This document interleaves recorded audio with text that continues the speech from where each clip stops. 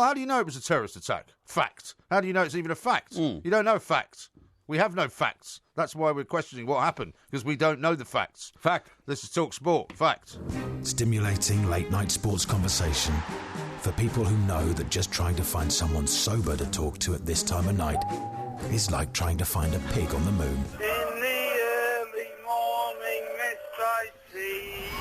No rules news debate from around the world and around the bend. The two mics Apply more lager. on Talk Sport. Yeah. You warned them about the nature of the language. No, I thought that'd be a shock that they just have to put up with when they put them on and listen to them. I think what you want to do is inform them about that. Well, there's a warning on the front of the cover, so if they can't read, then they should be able to read, because they're at the King's School. There's no warning, Yeah. it just says that it's 15. Yeah, that's right, yeah. We are the two mics, you're listening to Talk Sport, and of course it's time to say a very, very good morning to a very refreshed and rested Mr. Mike, a Porky, a Parry. Very good morning to you, Mr. Parry.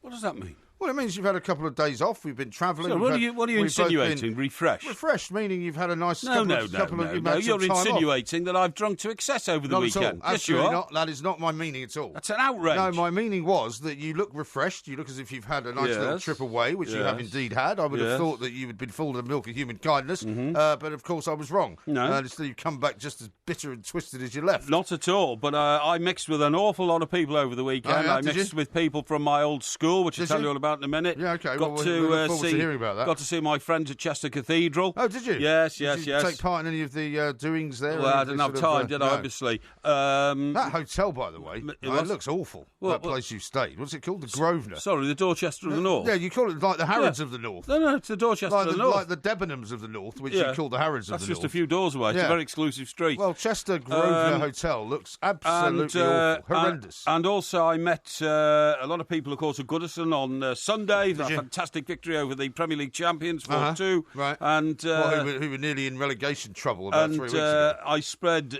joy and awareness and light everywhere I went. Oh, yeah? I have to say. Really? Including, by the way... I didn't see too many pictures of all these people you met. All I saw were pictures of some first-class seats on a train with nobody in them. Yes. I saw a picture of the crappy hotel you stayed in. I saw a picture of you on your own outside the school with nobody else. Yes. I didn't see a picture of you supposedly inside the school with anyone. I don't like How to... come there are no pictures of you with anyone at all? Well, it was half-term, so there was nobody there. Half-term? Yeah, except the... So did you actually go into the school? Of course I did. I had a conducted tour of the school and all the old buildings that I used to study in. It was also noted that where you were standing was right next to a cycle lane. Yeah, it was actually. Yeah, that's right. Yes, just outside the school on the Wrexham Road. Yeah. So when you say there's a massive picture of you inside the school, how big is that exactly? Big. Well, why didn't you take a picture of it? Well, I just didn't feel that I wanted to big myself up like that, That's exactly what you would want to do. No, that's why I don't so. believe you. That's why I don't believe it's there. It is there, honestly. I can promise you. And if you want to ring up Mr. Anthony Hopkins, who is the Anthony master Hopkins. of alumni... Hopkinson. Yeah. Mr. Anthony Hopkinson, known to his friends as Ant. I'd rather ring Mr. Clamp, No, to be honest. Mr. Clump's not there. Is he there? His house is still there. It's now a storeroom, but Mr. Clump isn't. I thought it was Clamp. It was, but we used to ring up late at night when we were intoxicated from the Roadhouse pub and say, can we speak to Mr. Clump? Yeah. Okay. Charming. I'll tell you, the only downside to it was, geographically, I was staying in Chester, but the game was in Liverpool, of course, right? Geographically, yes, well, because Everton do play, of course, in Liverpool. That's not right. Chester. Chester played in Chester. And so in 35 minutes, you just get on a train at Chester and you get off at Lime Street, and the world is well. Right. Except when they're doing engineering at the works at the weekend, and it stops at Birkenhead Central. Well, you should have done your research. And then you're supposed to go outside and wait for this bus. Yeah. Right? From Birkenhead Central. From Birkenhead Central. So it takes you to Goodison. Takes you to Goodison through the Mersey Tunnel, which is just round the corner. Yeah. However, there was no bus, so I then call a local taxi What do you mean there's no bus? Well, it didn't. I couldn't find it. I bet there was a bus, you just couldn't find it. You couldn't find it. So I went into a local pub. Yeah, funnily enough. Yes. What time of the day was this on Sunday? About midday, I suppose, or 12:30, something like that. 12:30, 1 o'clock. Yeah. The pub was just round the corner from Birkenhead Central Station. It is possibly the worst pub I have ever been in my life. And I'm not joking. And that is saying something. The rest of the road looked as though it was about to be knocked down. Right. This poor, lonely little pub of very humble origins, I would say, was just standing there. And I went in, and everything about it reeked of ruin and decay. Really? The furniture was all broken and tatty. What was it in need of upholstering? It was in needed of demolishing, to be honest. And was it a busy place? Was there anyone in there? About 4 people, me being the 4th. Right. And the people who served me were very nice, as usual, very warm. Yeah. But it is from an era and a lifestyle which I, forgot about 40 years ago, if you see what I mean. Yes. It was the pub that time left behind, if you see what I mean. Yeah, and so, I mean, as far as you were concerned, were you the 4th person there, sort of four people on your own? Yes. They weren't really mixing with each other. There was one couple who were a very nice, respectable couple, sitting in the most, terribly tatty sort of seats. And I don't know whether they'd been there for lunch or something like that, but they got up and very cheerily said cheerio. And I imagined that this couple, who were probably in their 60s, had probably been courting in that pub when they first met about 40 years ago or something like that. And couldn't stop going. Probably lived around the corner, and to them it was like their second home, But anybody visiting, like me, would have been immensely shocked walking through the front door. How much was the pint in there? Not a lot. No. £2.80 or something like that. £2.80. Yeah, so did you call a cab from there then? Yeah, I did, yeah. And did you get one? Eventually, what I had to do is some bloke turned up to pick up somebody else, and I gave him 40 quid to take me. And he was so shocked that he wanted to give me some of it back because he said it's excessive. Said, well, how much would it have normally been then? About £7.50 or £10. You gave him 40 quid? Yeah. See, that's just gauche. I know, because that's flash. I thought it was going to take him a lot more to convince him. I didn't realise that the economy of Birkenhead is quite different to the economy of Kensington in London. You didn't know that? I thought your parents were from Birkenhead. They are, but a long, long time ago. Yeah. I mean, that's over 60 years ago, isn't it, since my mum lived in I mean, you say you've never been Birkenhead. back to Birkenhead in, say, the last 10 or 20 years. Not really. Why would you go to Birkenhead? You go to Liverpool, or you go to Chester and Chester to Liverpool, or you go to Liverpool. So when you talk about your family seat being in Surrey, right, your family seat should actually be in Birkenhead. Well, maybe. But anyway, listen, we need to talk about more urgent things, like, was there a bomb blast tonight in Germany or not? Well, we don't know. I mean, there are lots of pictures all over the back pages, and there's lots of headlines along the lines of terror hits the Champions League.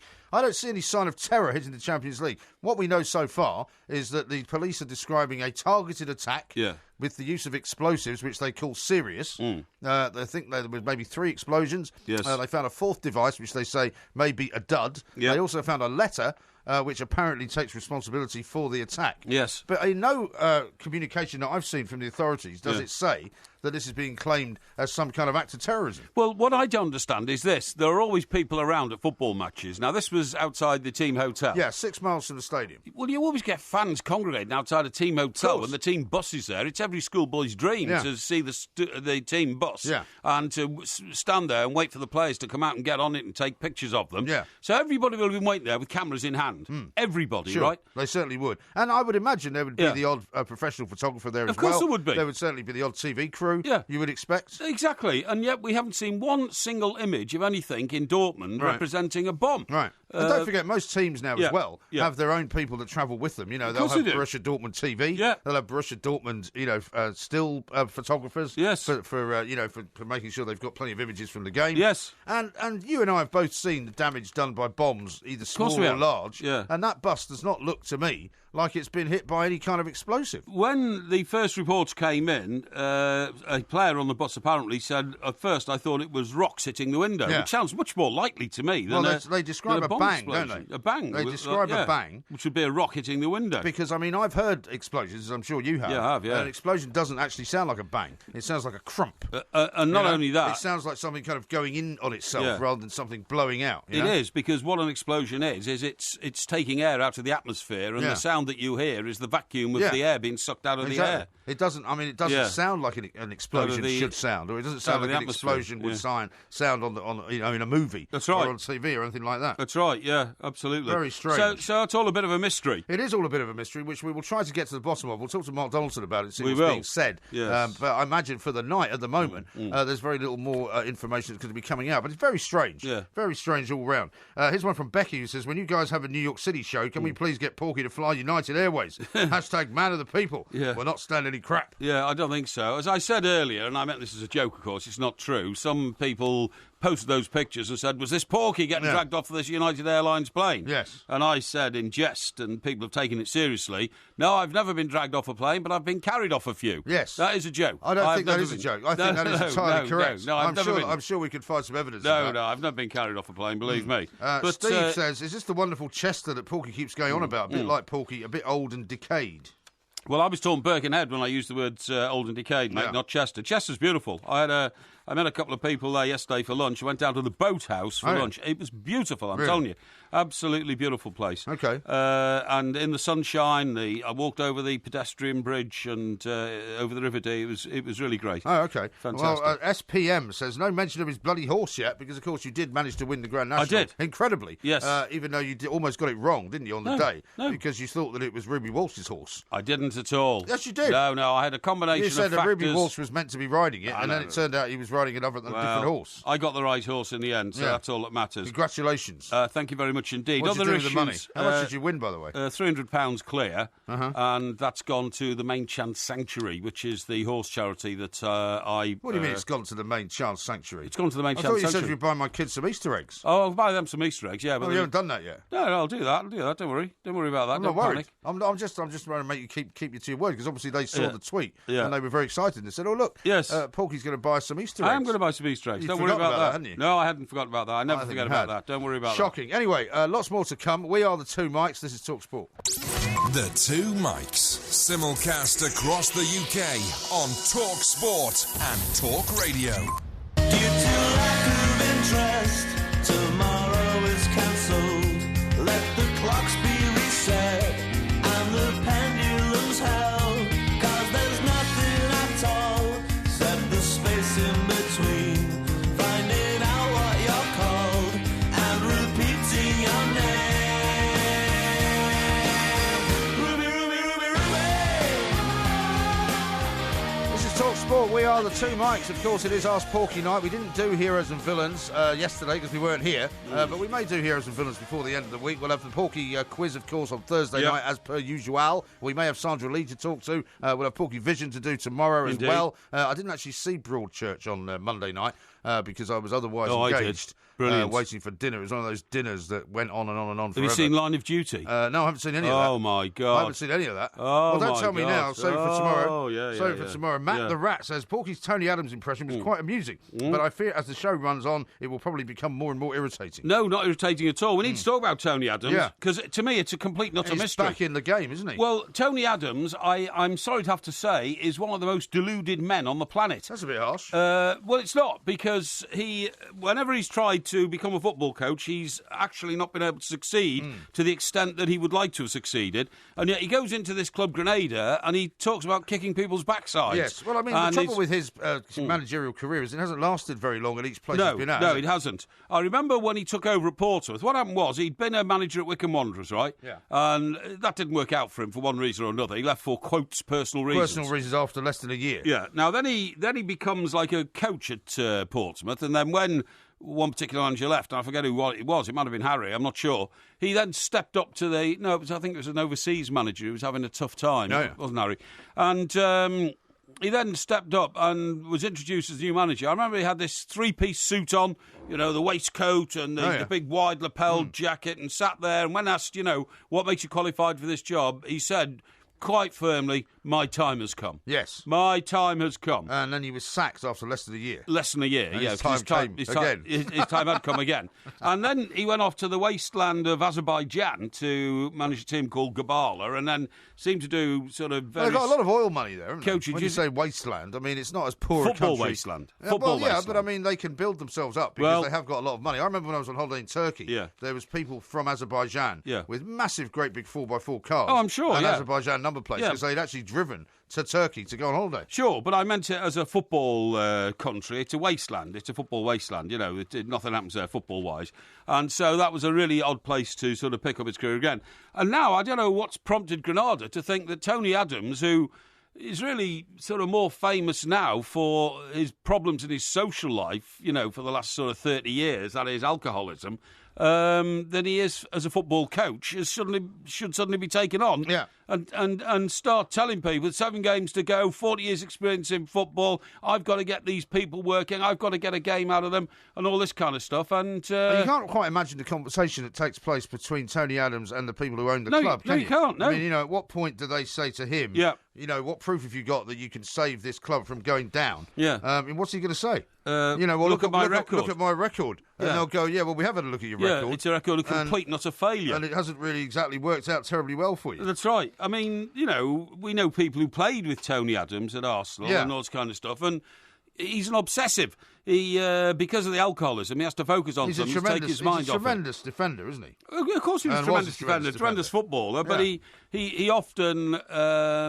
lacked his ability to express himself sometimes, and he is an obsessive, and, I've spoken to people. He took up playing the piano when he became a recovering alcoholic, and that gave him a diversion on what to do with his spare time. Yeah. And I don't know if he still plays the piano, but I mean, people I spoke to said he became obsessed with it. He did. He tried to learn it, apparently. Always wanted to rush home and start playing his piano. Well, this team that he's taken over, Grenada, right? Yeah. They are currently second last in La Liga. They're 19th position. Yes. They've won 4 games, drawn 8, and lost 19. Yes. They have a grand total of 20 points, right? That's right. And even if they were to go one space above the Sporting Gijón, as they like to call themselves, who've got 22 points, they've then got to leap up another 5 points to get anywhere near the 4th bottom. I know, which is Legan. That's right. I think that's how you pronounce it. Yeah. Is that how you pronounce it? Legan. I don't know why I'm asking you how you pronounce it. But, I don't, Leganes. I mean, if it was French, I'd know how to pronounce it. No, I've spent a lot of time in Spain. Isn't it Leganés? Leganés. It's Leganés. You don't know, do you? I do, yeah. What about Deportivo La Coruña? Deportivo La Coruña. Then there's Real Betis. Then there's I mean, he's basically got to get 7 points before he can get anywhere near out of the relegation and there's zone. only 21 points to play for, so something like that. Yeah. So honestly, I find it absurd,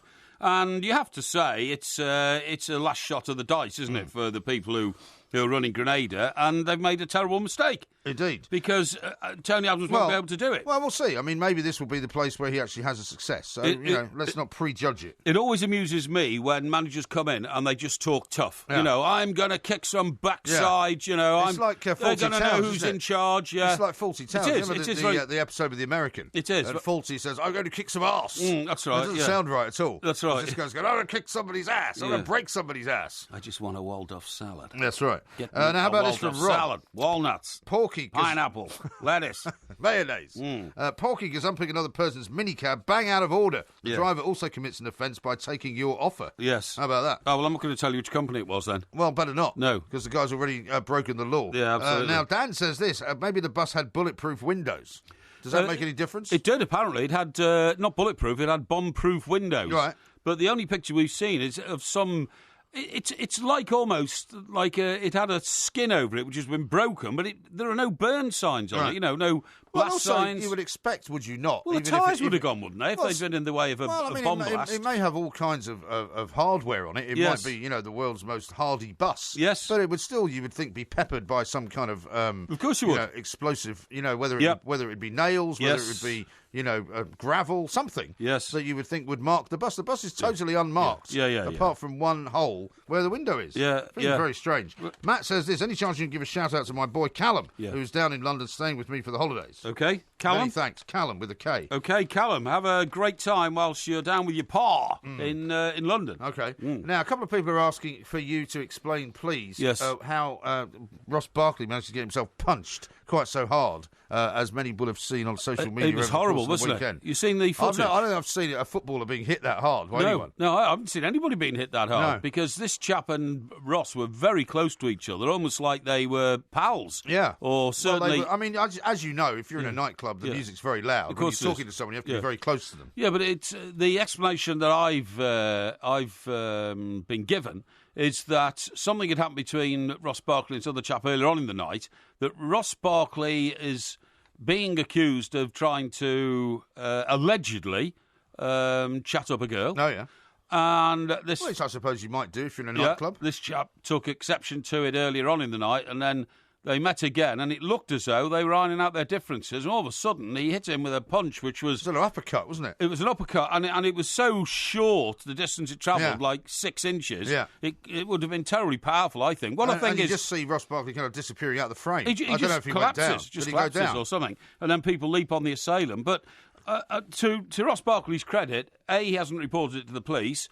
B, he said he's not going to press charges. Right. And C, he wants to sort of put it behind him, which I think is the right thing to do. By the way, what's he doing in a nightclub? Well, this is the obvious question, Yeah. and that's what Jamie Carragher addressed on television last night. Because, you've often been very critical of Jack Wilshere. Yes, I have, for yeah. behaving in Yeah, exactly that yeah. manner and putting himself in a position where he may have done nothing wrong, Yeah. but he's in the wrong place. He's in the wrong place, and when you're as famous a footballer in your community as Ross Barkley is, half of that city of Liverpool adore Ross Barkley, and half of them would be a little bit antagonistic towards him, because, Yes. of course, they support Liverpool.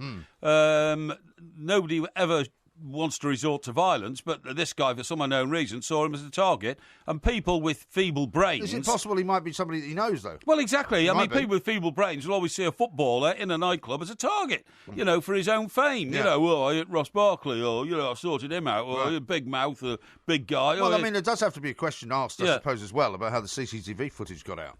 Yes, I suppose it does, Because, yeah. somebody leaked that, didn't they? Somebody leaked that, yeah. But quite frankly, if I was running Everton Football Club, I would have said that was a very unwise decision. Would you not take him to one side and say, and I think Koeman may do this, and say, Yeah. Mr. Barkley, I really don't think that's where you should go after a football match? Well, that's exactly what Jamie Carragher said. I mean, look, he would have been euphoric. It was a great victory. He's part of an Everton team that won 4-2. And do you know what? What I don't understand is, why go into a nightclub in Liverpool? There are places around there, like up the coast at Southport, Toad Hall or something like that, Yeah. or in rather nice establishments in the Cheshire sort of, set type place, you know what I mean? Yes. Where all the millionaires mix and all that Yeah. kind of stuff. Oh, speaking of millionaires, I was Yeah. off the coast of Sandbanks at the weekend. Oh, right, okay. You might have seen a couple of pictures that I put out. Yeah. Some people were suggesting that... I thought I might pop down at Harry Redknapp's place. I wasn't sure if he was around. Right, okay, yeah, I'm sure he'd now welcome you with open Oh, arms. Yeah. I wondered what he might Yeah. say if I suddenly landed on the end of his jetty. Yeah, well, exactly. I don't think he would have been that welcoming, to be honest, to You see sure? you suddenly pitch up. Well, he was, on he was very kind when on we a- chatted the other day. Yeah, he was, yeah. Well, he's a terrifically amiable sort of chap, isn't he?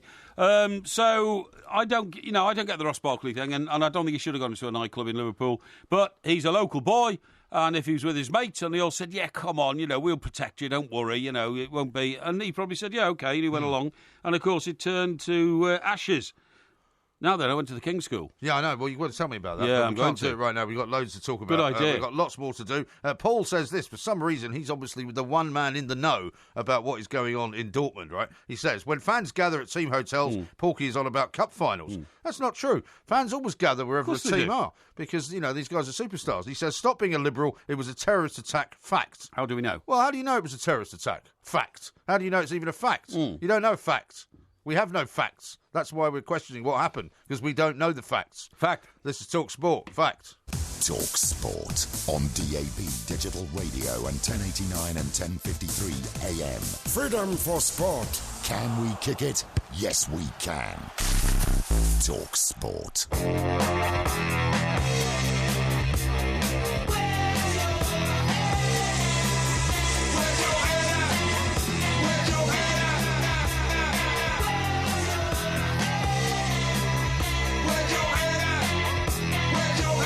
This is Talk Sport. We are the two mics. Coming up a little bit later on, of course, it's Ask Porky. So if you haven't yet had a problem solved live on air, you know what to do. You can tweet it at the two mics or go and look for our Facebook page, the two mics, where you can put it there as well. Claire says this: does Porky want to buy my kids some Easter eggs too? I'm so skint after moving house, and poor kids will have no chocolate.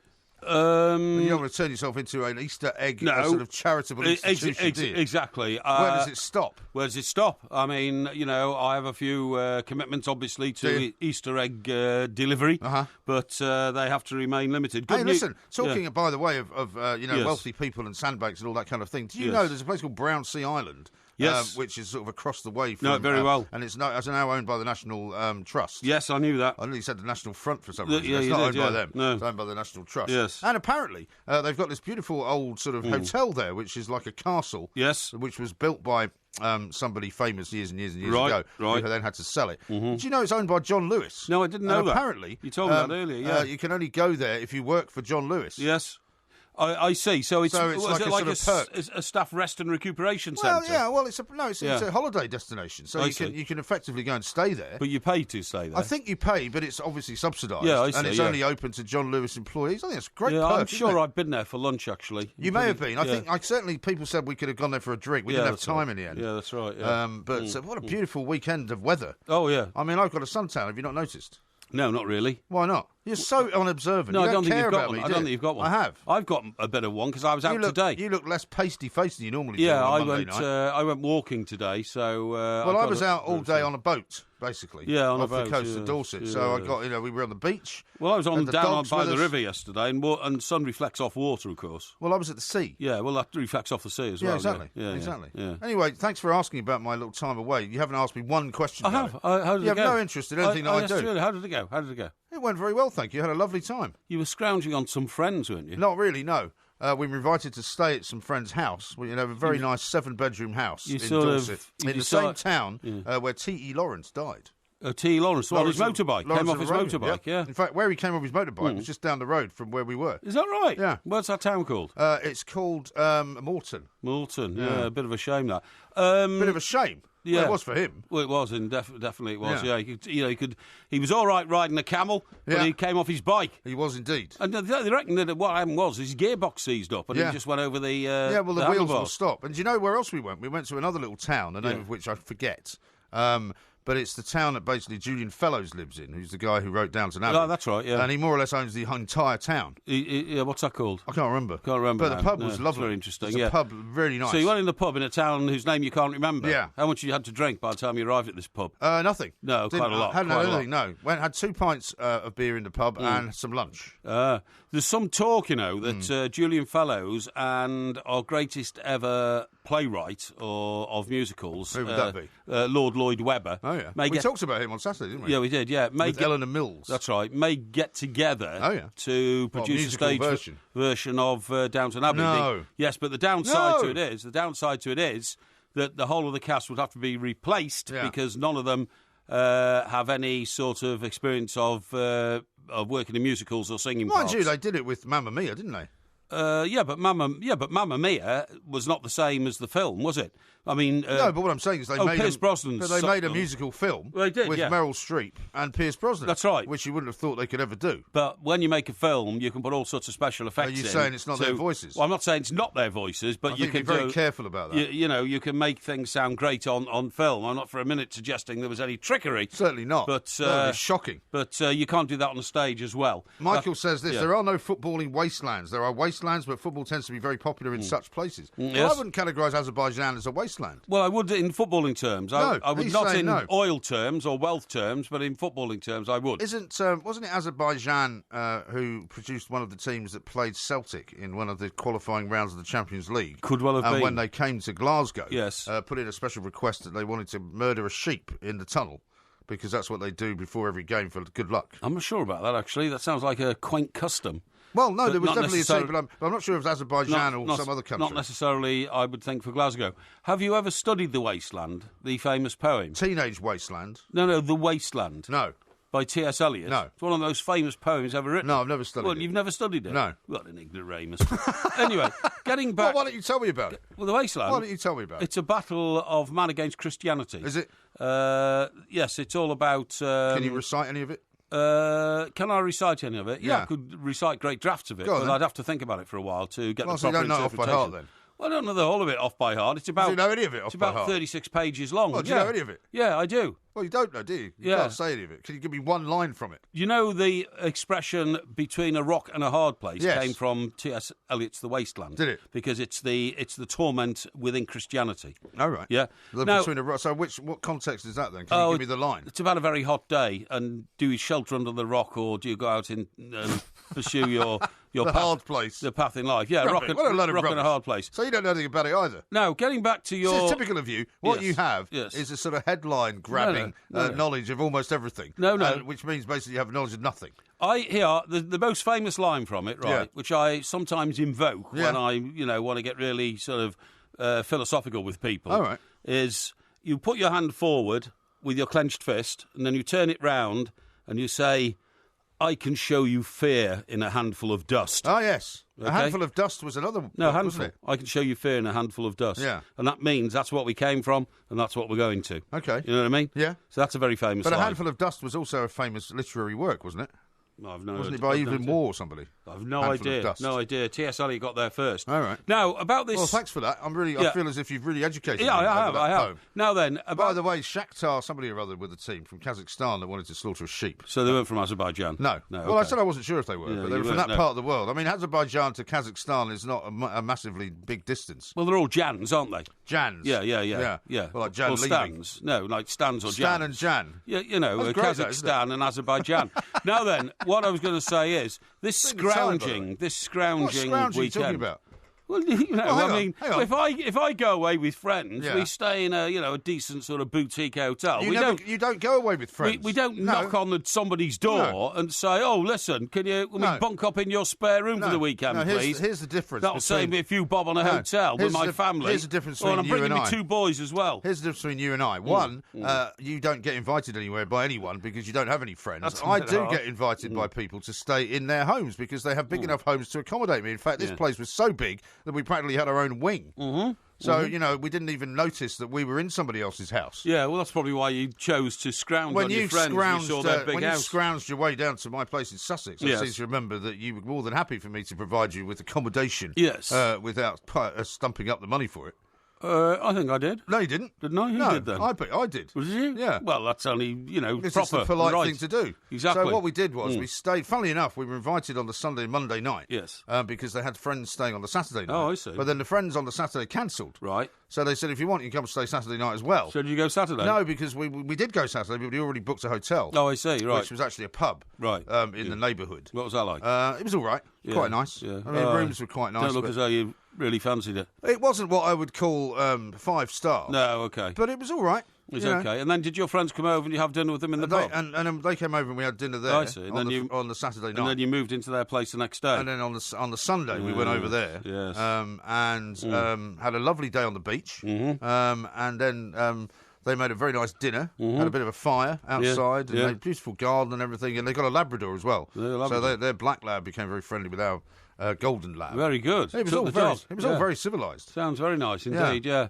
And are you going to scrounge off them again now that you found out they've got a free big house in the country? Well, the trouble is they're actually selling the house because tragically one of the reasons why we went was that it's their kind of dream house. They bought this dream house, right? Yes. But unfortunately, without being told about it, the guy that owns half of Dorset, who's one of these guys who's like the Lord Lieutenant or something, bit of a sort of an overarching landlord, has decided to flog off the field next to their house for a quarry. For a quarry? For a quarry, because a lot of quarrying goes on down there, right?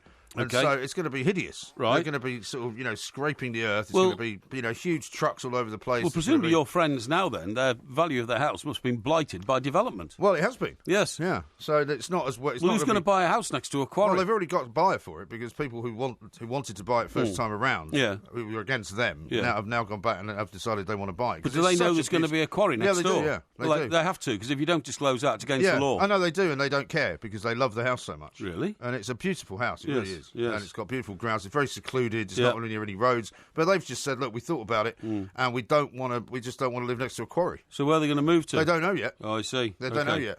It's all a bit of a sad story, really. And didn't you tell me that one of our old Fleet Street colleagues had a place down there as well? Indeed, true. Yes, that's true as well. But we don't need to necessarily go into that on the air. Why not? Because there's no reason for it. Really? Yeah. Somebody you know quite well, actually. Yes, that's right, yeah. But best not to mention the name because, there may be lawsuits involved. Yeah, well, of course, we don't want to do that. And, and there's been a change in sort of lifestyle of this particular person. Yeah, change in circumstances. Yes, life goes up and down for some people. Yeah, it certainly does, yeah. You know what it's like. Yes, sometimes you do well, other times you don't do so well. That's right, and then you bounce back. Yeah, exactly. Yes, absolutely. And that's what's going to be happening. Lots more. How about this from Adam, who says, do you not think the reason why he's not pressing charges, talking about Ross Barkley, is because he just had a scrap with one of his mates? Well, that's very possibly. Well, yeah, that is a possibility. Could have been a row with something and nothing, Nevertheless, not good, is it? Doesn't look good. It doesn't look good, and I'm sure he'll learn from the the whole experience. You may well be right. Steve says, I'm stuck in Birkenhead waiting for my taxi. Hashtag man of the people. Yeah, sorry about that, mate. Hashtag plank. Just one of those things, Let's talk sport. The Two Mics, simulcast across the UK on Talk Sport and Talk Radio.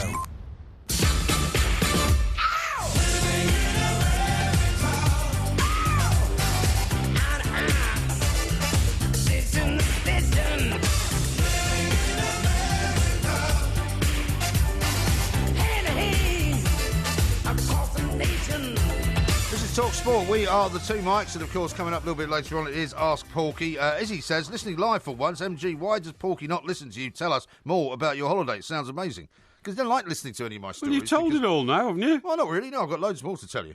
Oh, really? I'll tell you, I'll release more of it over the course of the week. Oh, you sure the audience can be bothered? Oh, yeah, they're much more interested in my holiday than yours, because I didn't just mince about on my own. I actually took some interest in some of the people I was with. Anyway, let's talk to Mark Donaldson, because he's over in the US of A, and we've got lots of football to talk, and, of course, the whole Dortmund situation. Mark, a very good morning to you. Welcome. Morning, boys. You two bickering again? Well, not really bickering, but I haven't seen him since Saturday, so it was a blessed relief, actually, to have a night off. And so I'm feeling full of the joys of spring. I can tell you something, Mark. Goodison Park was a good place to be. 30 seconds after kick-off. 30 seconds after kick-off. Hey, how about that?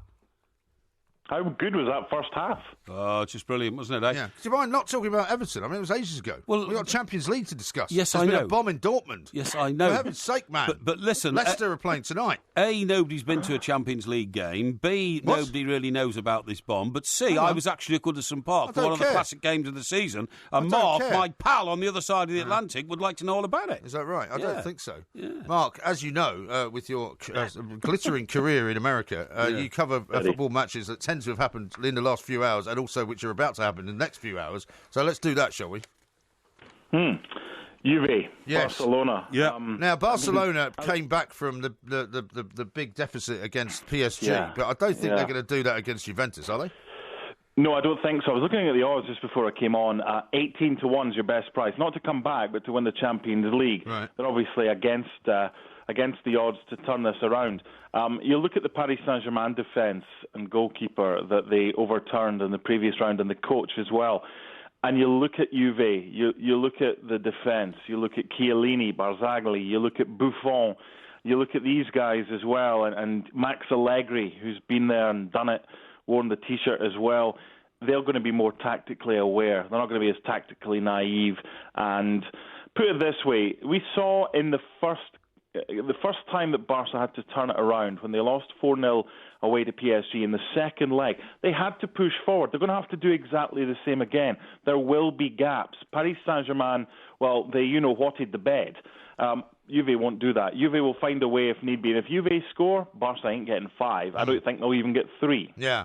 So, I mean, will this be a kind of a rather ignominious end to the managerial career of Luis Enrique, who's leaving at the end of the year anyway, and we know that that's going to be the case. But, I mean, it's not been a great year for him if they go out of this at this stage, right? No, and 3 points behind Real Madrid in La Primera as well, with Real Madrid having a game in hand. Disappointing result at the weekend for Barca as well, when they went to Malaga, and they were pretty insipid as well. It's the inconsistency. And I was watching that game, Juve against Barcelona yesterday, and he's gone with a back three. Now, individually, they're all decent players, Jeremy Mathieu, Samuel Umtiti, and Gerard Piqué. But you always felt that you could get at Barcelona as defence, even in their kind of great years. The problem during their great years is you couldn't get the ball, so you hardly ever got at their defence. They missed Sergio Busquets. There's no doubt about that, and he'll be back for the return leg as well. But Barca, for me, middle to front, there's no one better. I mean, Messi, Suarez, and Neymar. You cannot come up with a better front three. But it's what's in behind. Iniesta's a genius, but he's not getting any younger. Sergio Roberto, again, he's doing his best. Mascherano as well, he's in there, but he's no Sergio Busquets. And again, Piqué, Umtiti, and Mathieu, I'd fancy my chances. A decent team, I'd fancy my chances against them at the back. And that's why I think Juve will score at Camp Nou, and that's why I think Barca are out, because there's no way they're going to get 5. So that means then, doesn't it, that my prediction that Real Madrid are going to be the first team to retain the Champions League is getting closer. When was that your prediction? I predicted it at the start of the season. Did you? And I have done ever since. Oh, I must have missed that. Yeah. Carry on, Mark, sorry. And do you know what? You can get decent value as well on Real Madrid winning the Champions League. But this is the big but. Bayern Munich. Now they're flying. The key to Bayern, I'm doing their game against Borussia Dortmund, the German Cup semi-final at the weekend. I thought they were fantastic. When will someone learn? If Arjen Robben's got the ball on the right-hand side, don't show him inside onto his left foot. Now, maybe Real Madrid will learn that. For me, that would make a wonderful final. But you know what, Porky? We talk about this and we say, oh, such and such would make a wonderful final. Yes, it would, but we're getting twice the helping here. Yep. We're getting two. We're getting home and away. Now, and the other thing is as well, we're kind of getting an appetizer in Borussia Dortmund against Monaco first up, and then we're getting Bayern Munich against Real Madrid. I like the fact that the second leg is at home for Real Madrid. Yeah. I think it's a tough one to call, and I think if Real Madrid get by Bayern, they're going to take a heck of a lot of stopping. Yes, I think you're absolutely right. Yeah. And what do you make of the whole Dortmund situation? I don't know whether you've been hearing what we were saying, but I mean, we don't really know what's going on. It's a very odd-looking sort of aftermath of a bomb or 3 bomb blasts, and the information that we're getting is not exactly forthcoming in a massive way. Are you hearing anything at all from where you are?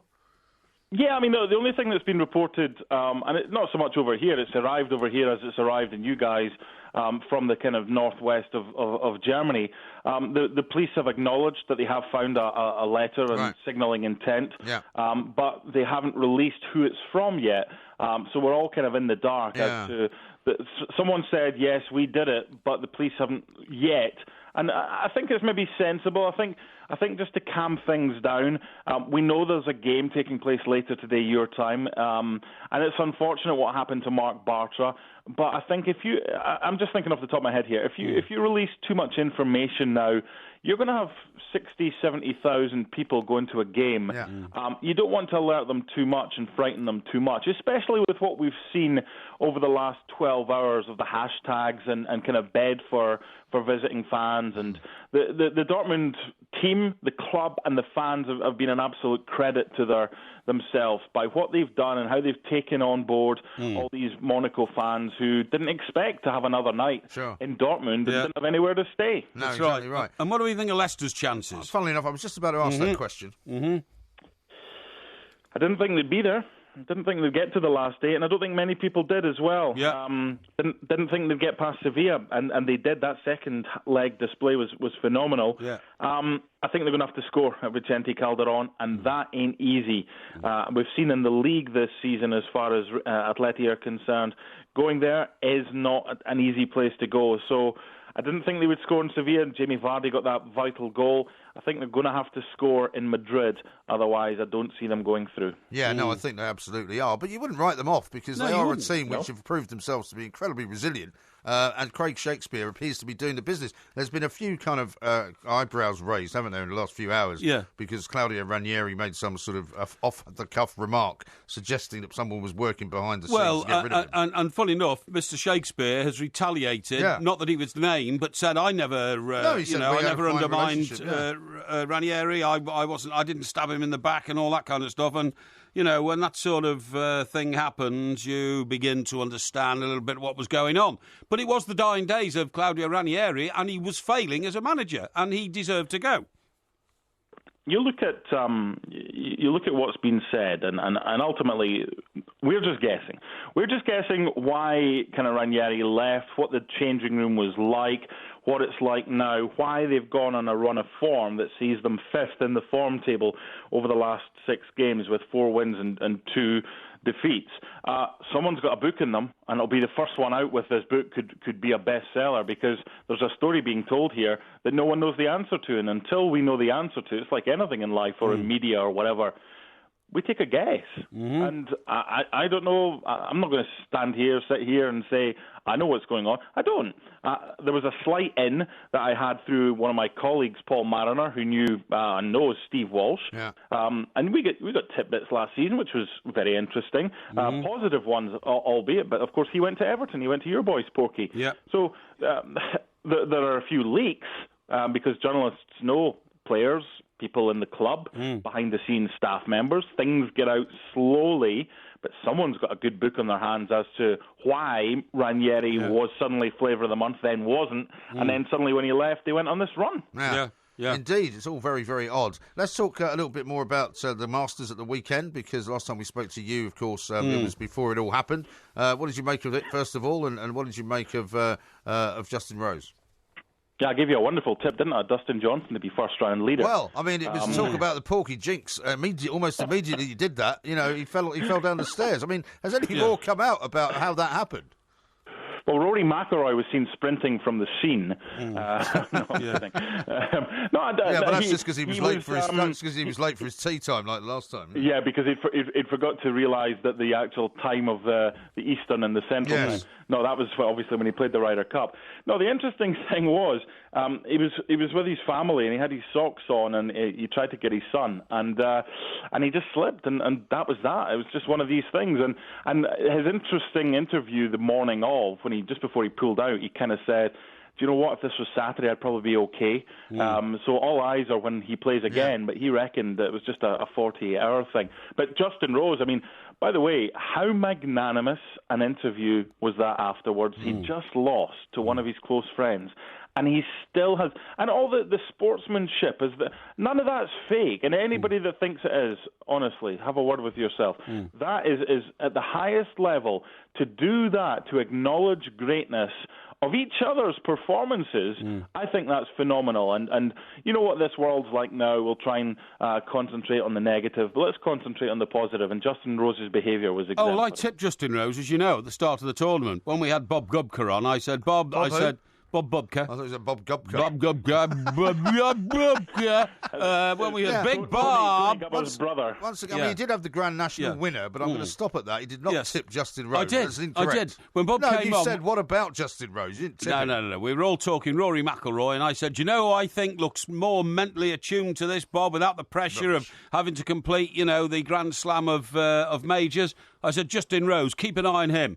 Those words are immortalised in... let's see if we can find them, in print, yeah, definitely. They're not in print, well, I mean, on air. Don't worry about it, yeah. I mean, maybe you get a job as the United Airlines PR man. By the way, when... Have you torn up your frequent flyer card yet, Mark? Exactly. And when is that airline due to collapse? First class, economy class, and Fight Club up the back now. Yeah, right. That's the three classes for United. Yeah. We were talking about kind of accentuating the positives for Justin Rose. Yeah. Do you know what's getting me? And there's stories out here. I was watching CBS Evening News with Scott Parry. They kind of put a piece out about the gentleman, the Vietnamese gentleman who works as a doctor in America, in Elizabethtown in Kentucky. And they're basically saying, in 2003 he was struck off, and after he was struck off, he then played poker and he won $235,000, and then he was naughty again, and come on now, what's wrong with this world? No wonder some people hate the media, when some people are I mean... When I worked back in radio in the UK, when you two worked in newspapers as well, it wasn't like this. No, we behaved ourselves. It's horrible. Yeah. It really is. Horrible. But I think that's also the spin behind the scenes too. I mean, there's probably somebody at United at the behest of the chairman putting all that stuff out. Although now he's told obviously everyone that he's so terribly sorry. Sorry. That story will have more legs to go, I think. Mark, listen, we've got to leave it there. Thank you very much indeed. Mark Donaldson there from ESPN. Loads more coming up next. Now, a couple of people pointing out, going back to the Ross Barkley story, because we covered a lot of ground in the first hour. We certainly did. Ian says it's the guy who released the CCTV has now quite rightly lost his job. Yes, that's right. So apparently that's happened. Anthony says Porky's headstone will have written on it, "Here lies the man who knew nothing about everything." Yeah, that's a bit harsh, isn't it? And Smoggy Aussie says, can the two mics give a massive thumbs up to all the nurses and doctors who got me through ICU at the Sunshine University Hospital in Australia on Sunday and Monday? Yeah. Great people. What was the problem? I don't know. But we need to know the extent of the problem. Well, but... Smoggy Aussie called Janet is actually called Janice, and she says she was in the ICU, so presumably she had something quite serious. Yeah, well, I'm really sorry about that, and I'm always happy to pay tribute to the wonderful staff at hospitals. Yes, because they do literally have a unique role in life, and that is saving lives. They did. Yeah, absolutely. Yeah. Moz says he did say Justin Rose was his tip first time. He's not telling Porkies. Well, Moz, we've just heard the audio clip. clip in which he says to Bob Bubka, would you consider Justin Rose to be somebody that could win it? Yes. Which is not the same as tipping him at all, I told you it was a statement, it wasn't a question, and that was obvious to millions of our listeners. When you start a sentence with the words "would you," I would say that normally denotes a question. No. It was really a statement. Don't worry about that. Would you agree with me? I'm not worried about it. Would you agree with me that this is a question? What? Would you agree with me that this I'm is a question? not getting into tittle-tattle, individual, nonsensical things like that. Listen, I'll tell you what I'm very worried about. Yeah, go on. And that is that David Cameron appears to be bigging himself up to become the next Secretary-General of NATO. What? Right? What? Yeah. Who? David Cameron. David Cameron wants to become the Secretary-General of NATO? Yeah, apparently. That's what I'm reading, right? Why? I'm reading in my political journals. Why does he think he qualifies for that position? Well, that's a very good question. I mean, at the moment, he's so completely on the sidelines that I think he was in Disneyland or something over the weekend when the Syria crisis was unfolding around the world. Sounds about right. And that's where he was. But now he wants to get back into public life. He wants to become Secretary-General. Well, can I just point out that last week, I don't know if you saw it, but there was a programme on called Ocean, and it was about what they laughingly call the Royal Navy's flagship, which is called Ocean, right? Ocean. It's a helicopter carrier. Oh, yeah. Funnily enough, there's a question about this in Ask Porky coming up a little bit later on. Oh, is that? Okay. Yeah. Well, it's got a few helicopters I'm glad you know on about it. that because I wasn't sure if you would. And that's all. But actually, during the course of the documentary, you saw how knackered this ship was. I mean, it's about 20 years old. All the pipes are leaking downstairs and, things don't work. It's an absolute, utter disgrace that is the flagship of the Royal Navy. And again, I put it all down to David Cameron. Yeah. And I don't think that's entirely fair, mind you. Well, it is entirely fair if you say that he consistently boosted the budget for overseas aid to make himself popular. No, for a long time. And he did it at the expense of the defence budget. Made us a laughing stock. No, you're turning into the Trump of Talk Sport again. I'm not. You are consistently putting out fake information in order to de-glorify David Cameron, who for some reason you seem to have some personal vendetta against. I have, because the point is that he inherited and continued the policy of, basically underfunding the armed forces. Yes. It wasn't his fault that the armed forces had already been massively depleted. Hang on, sorry. By a load of Tony Blair and Gordon Brown policies. Hang on. I am totally apolitical, but my understanding is that consistently socialists and Labour governments have not been that strong on defence spending, but Conservative governments are supposed to be. No, but that's not the point. point. He was supposed to reverse all that and say we must now bring dignity back to the Royal Navy. Well, no. The point is a lot of our ships don't work in hot water. It's what? A lot of our ships don't work in hot water. Where's the hot water? The hot water is in the Gulf and in the Middle East, which is a vital region of the world. Well, the water gets very hot. And, how hot? And the engines close down. It's not rubbish. How hot does the water get? It gets hotter than it is in Portsmouth Harbour. Well, yeah, of course it does, but it doesn't get hot, though, does it? It does. It's not hot water. It does, and they can't work in hot water, and they're going to have to actually cut huge panels out of the side of the ships, take the engines out, and put new ones in at vast expense. I'll tell you what I watched today, actually, was a news report on the fact that they're thinking, in order to retain the sort of greenness of the planet, they may have to mine underwater rocks. Yeah. Did you see that report? What? They may have to mine underwater rocks. What's this got to do with the Royal Navy? Well, an awful lot to do with the Royal Navy, because the Royal Navy is less and less important in terms of its defensive uses. Even when we get our new aircraft carriers, we haven't got any airplanes to put on them. And in fact, we've laid off... Because Britain is no longer in a position to be the world's policeman, right? We've laid off... not the case anymore. We've laid off so many people, right, that we are now having to re-recruit people who've been made redundant from the Royal Navy. It doesn't matter. Because we haven't got enough people with the skills to run an aircraft carrier. Well, That's a disgrace. Well, it's not a disgrace. I mean, you again are harking back to the sort of days of post-war Britain, back in the 50s, when Britain was a considered and major player in the world of military manoeuvres. It's not anymore, and it might as well not be. Yeah. How about this from President Trump, right? He says this: North Korea's looking for trouble. If China decides to help, that would be great. If not, we will solve the problem without them. Yes. And he signs it USA. USA, yeah, good man. So that's Donald Trump. That's his view of the world. He says that the Americans will send the 7th Fleet or whatever it is into off the coast of North Korea and frighten the bejesus out of them. Now, they can do that. We can't. No, I know they can't. We can't do it. I think the USS Nimitz is the main aircraft carrier out there. May well it's got 90 planes on board. Yeah. The other thing I want to tell you about David Cameron is he turned Libya into a basket case. Why have you got this thing about David Cameron? So if he wants to turn Libya into a basket basket case, how can he then possibly qualify as the Secretary-General of NATO? He's turned you into a basket case. No, he hasn't. I think Trump's meeting up with the Secretary-General of NATO tomorrow, actually. Have they got one at the moment? Yeah, of course they've got one. Well, hang on. Being tipped as a possible next NATO General Secretary, David Cameron. That's an utter disgrace, I'm telling you. Well, you're obsessed with David Cameron. I don't know the why. Royal Navy is now half the size it was during the Falklands War, so we'd have no chance of doing that again if that happened. Yeah, but it won't happen, will it? God knows what would happen with Gibraltar. Well, the world is a very different place, and don't start talking about Gibraltar because nobody's going to go to war over Gibraltar. Okay, that's not going to happen. No, I agree. So there's no point in trying to. Well, if they did, we could actually retain Gibraltar just by sending Paul Breen Turner's down there, so we don't have to worry about that. A 26 over there just to A 26 what?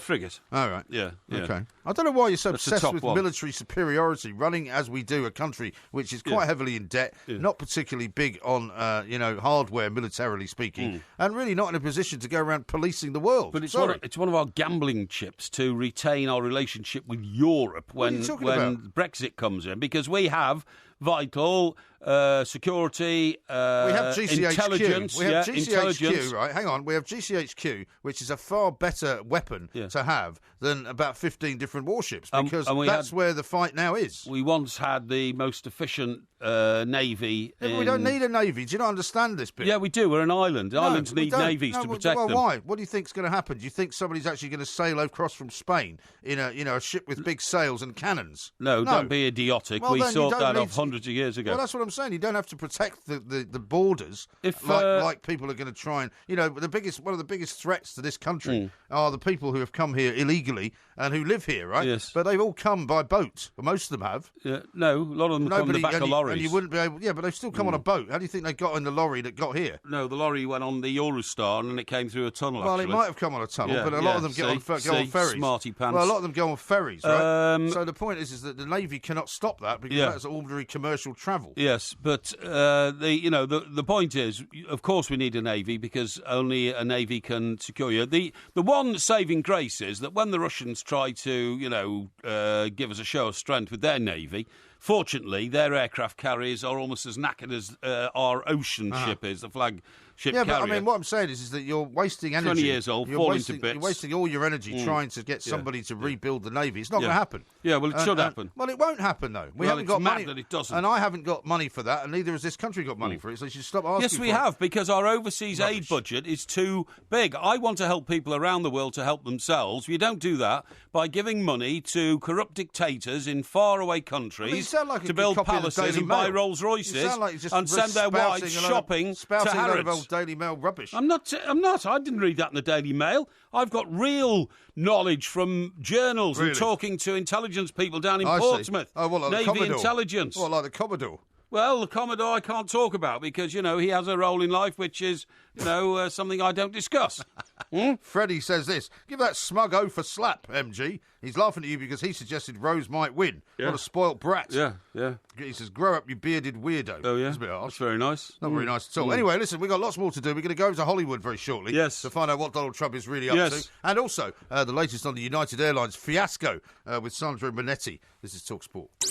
The Two Mics, simulcast across the UK on TalkSport and Talk Radio. Nothing in the world could bother me, 'cause I was living in a world of ecstasy. But now you're gone, I'm just a daydreamer. I'm walking in the rain, chasing after rainbows I may never find again.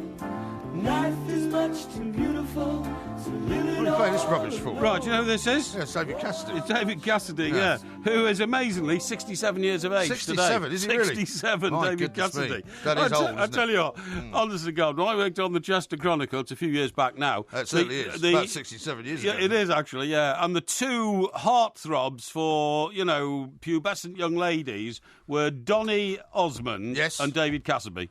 Although Donny Osmond's not quite that old, is he? Donny Osmond was only 14 in those days, but he was still an internationally famous worldwide singer. David Cassidy was about 10 years older, but still like the teeny boppers, hero and all that. Well, he was in the Partridge Family. He was in the Partridge Family. I remember watching. Da da da da da da da da. The thing that I remember most about the Partridge Family was the guy, Mr. Kincaid, who slept with the visor over his face. Did he? Why? Well, that was the thing that I found fascinating as a child. Yes. Because I presumed it kept the light out. It was the first time I'd ever seen anyone wearing effectively. Mr. Shirley Kincaid. Jones was the matriarch of the family. Well, Mr. Kincaid was like the manager, I think. Oh, was he the manager? I see. And so he would occasionally come into the house. Yeah. But the thing that fascinated me about him was every time you'd see him in his own bed, he had this kind of Lone Ranger style mask on, except without any eye holes. Oh, I didn't know that because he didn't want. Because some people use sleep with those. Yes, they do. Yes, like on airplanes and things. Yeah, exactly. But no, what was so fascinating was, I mean, he was such a huge hero, David Cassidy. He landed at Heathrow once, and it was in the days when security wasn't really all that, important. Well, there wasn't any, right? No, and they pushed the stairs up to the aeroplane, and Dave Cassidy came off. But somebody hadn't told him that he was doing a live interview the minute he got to the bottom of the stairs. And he hadn't got any makeup on, and his face was incredibly pimply. His skin was very poor, Right. And everybody commented on it the next day in the papers. But anyway, I'm afraid that it went a bit downhill for David once the teeny bopper days were over. Right. How many times have been done for drunk driving? Is it 3? 3 or 4, yeah. I think so, yeah. It's a shame, really. And he was on stage recently somewhere in America, and he fell off the stage. Yeah, and all but he this doesn't do anything other than just sing, does he? He didn't even get into acting particularly, apart from the Partridge Family. I mean, he never really did any. No. He was a teeny bopper pop idol. And that was it. And I think when that era came and went... That must be a bit difficult to kind of, think of yourself as that's your entire life. That's Donny Osmond's done very well at it, because he still does things like, guest DJ slots on radio stations and that kind of stuff. And also they were very successful in doing, like, the Vegas shows. Yes, that's right. Yeah, they were, Still doing, I mean, they were still doing shows. I mean, they may still be doing them now. I don't know. I went to an Osmond show once to review it for the Birmingham Mail. Did you? And it was just after Donny Osmond. I mean, it's pathetic, this. It was just after Donny Osmond and his wife had their first child. Oh, yeah. And all Donny Osmond kept doing during the whole of the show was doing things like somebody gave him a fake gun, it went bang, and then a piece of cloth came out. That said bang on it. Unrolled, and it had the name of his new baby on it. Ah. And then he would do things like suddenly take his jacket off, turn round, and the name of his new baby was written on the back of his shirt, and all those kind of things. Bizarre. I had to go to a Donny and Marie Osmond concert once for the Star. Oh, she was in the concert I went to. And it was their sort of first concert back together for a long time, and it was and they'd banned the press or something like that. And I was sent there by Star Magazine, and so we had to smuggle a camera in, take pictures, and because it was those days of film, the guy was taking pictures and handing me the film. That's right. And I was like smuggling it into my pocket. Yeah, that's and right. at one point, much to my horror, she came off the stage and started walking through. It was like tables. Started walking through and trying to get somebody to go up on stage, and she picked me. No, she picked me. Yeah, and I'm like, I can't do it. Yes, and the light's shining on me, and she's like, come on, honey, you come up on stage. And I'm like, no, I can't do it. Yeah. And eventually, because she just wouldn't stop, I whispered in her ear, I said, look, I'm here from Star Magazine. You really don't want me up there, okay? Leave me alone. Yeah. And she was like, okay. Yeah. Oh, he's not going to do it. And then she walks off, and then they had me thrown out. Oh, exactly. I can imagine why. But it was good, though. It was good. When I worked, as I say, on the Chester Chronicle, there were an awful lot of squaddies in Chester in those days, because there was a big place, barracks. Well, Sorgal Army Camp was a holding camp for soldiers coming back from Northern Ireland to reintegrate them back into sort of Britain. You know what I mean? Is that not there anymore then? No, it's not. It's a housing estate now, right. And they caused terrible trouble in the town, the squaddies, because they came back and they hadn't had fighting, don't they? Well, they hadn't had drink for 6 months, so they went completely bonkers on drink and got themselves arrested and all that kind of stuff. But the one thing was, I don't know why, but squaddy soldiers themselves they attract the very sort of most basic women in society. Well, certainly there are some parts of I think Andover was a town like that off the Salisbury Plain. Yeah, that's right. And there was some pretty rough pubs there and some pretty nasty things. Yeah, and I don't wish to be rude to womenhood and all that, but I'm afraid that young impressionable girls aged about 17. Are massively attracted to drunken squaddies flashing their money around because they haven't spent any for 6 months. Well, they're also physically very fit. Yeah, they are. Yeah, they are. That's a part of that. Is part of the thing. And they like punching each other up if they can't find anybody else to punch up, and all that kind of stuff. Yeah. But the reason I mentioned David Cassidy was, I mean, he was such a hero, and these squaddies couldn't get David Cassidy at all. Right. You know what I mean? So if they were in a pub with a jukebox and all these young ladies were putting on, they smashed the jukebox up rather than listen to David Cassidy, because it used to drive them mad. How bizarre. Now, how about this from Steve? Says, does Porky not realise that trying to put the world to rights just makes you a target? And Smoggy Aussie says that he was in the hospital due to a serious asthma attack. Oh. And he says he doesn't understand Twitter. He's using his wife's Twitter, so he's not actually Janice. Okay. That's his missus. But, well, but he's the guy that wanted to thank all the people in the hospital. Well, thank you to the people in the hospital, and thank you as well for informing us, and we hope you get better and don't have a recurrent attack ever again. Indeed. Yeah. Now, Andy in the Peak says, you call yourself totally apolitical after that rant, Porky. Yes. It was more paralytical. Sorry, but Nelson's pegged out. Yeah, well, I'm sorry, but I mean, anybody who sells our country down the river by not providing proper defences is, to my view, an unworthy politician. Now, have you seen this story about Ryan Giggs and his divorce claim, by the way? No. In the papers this morning, apparently he's going to have to do something rather odd, right? Yeah. He's going to have to claim in the divorce battle that he's currently having with his estranged wife Stacey, yes, right? Which is probably not one that you'd be surprised about. Right? No. He's going to say that he made a special contribution to the marriage.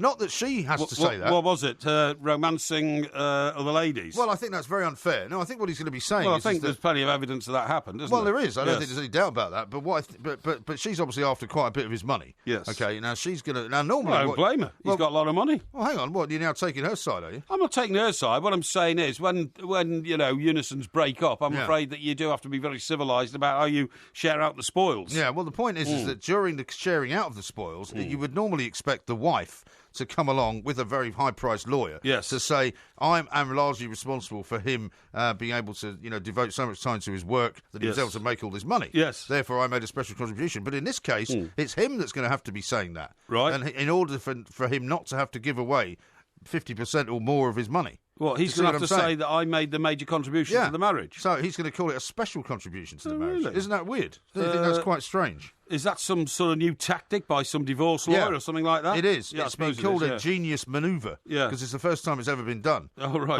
By the guy who's got the money. Because normally what happens is it's the woman who gets a very, very good lawyer to say Indeed. that the wife, enabled him to make all this money. Indeed. But he's going to say, actually, no, he was the one that actually made the special contribution. I think it's quite an interesting scenario. Very interesting indeed.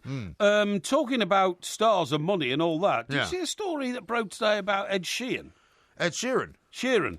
Yes, I did. Have you seen that he's... Well, I want to talk to old, what's-his-face about that. Yeah, we certainly do. I mean, we're talking here about... Sandro Minetti. £16 million in a settlement, is what I was listening to, for allegations of... plagiarism. Copying musical notes. Well, I mean, the song that he is accused of copying is something that was written, I think, for a guy who won the X Factor. That's right. And if you listen to the two songs, which I'm hoping we'll be very, able to very do similar. very shortly, they do sound similar. I listened to them both. But the trouble is, I listened to them both as well. And you know what?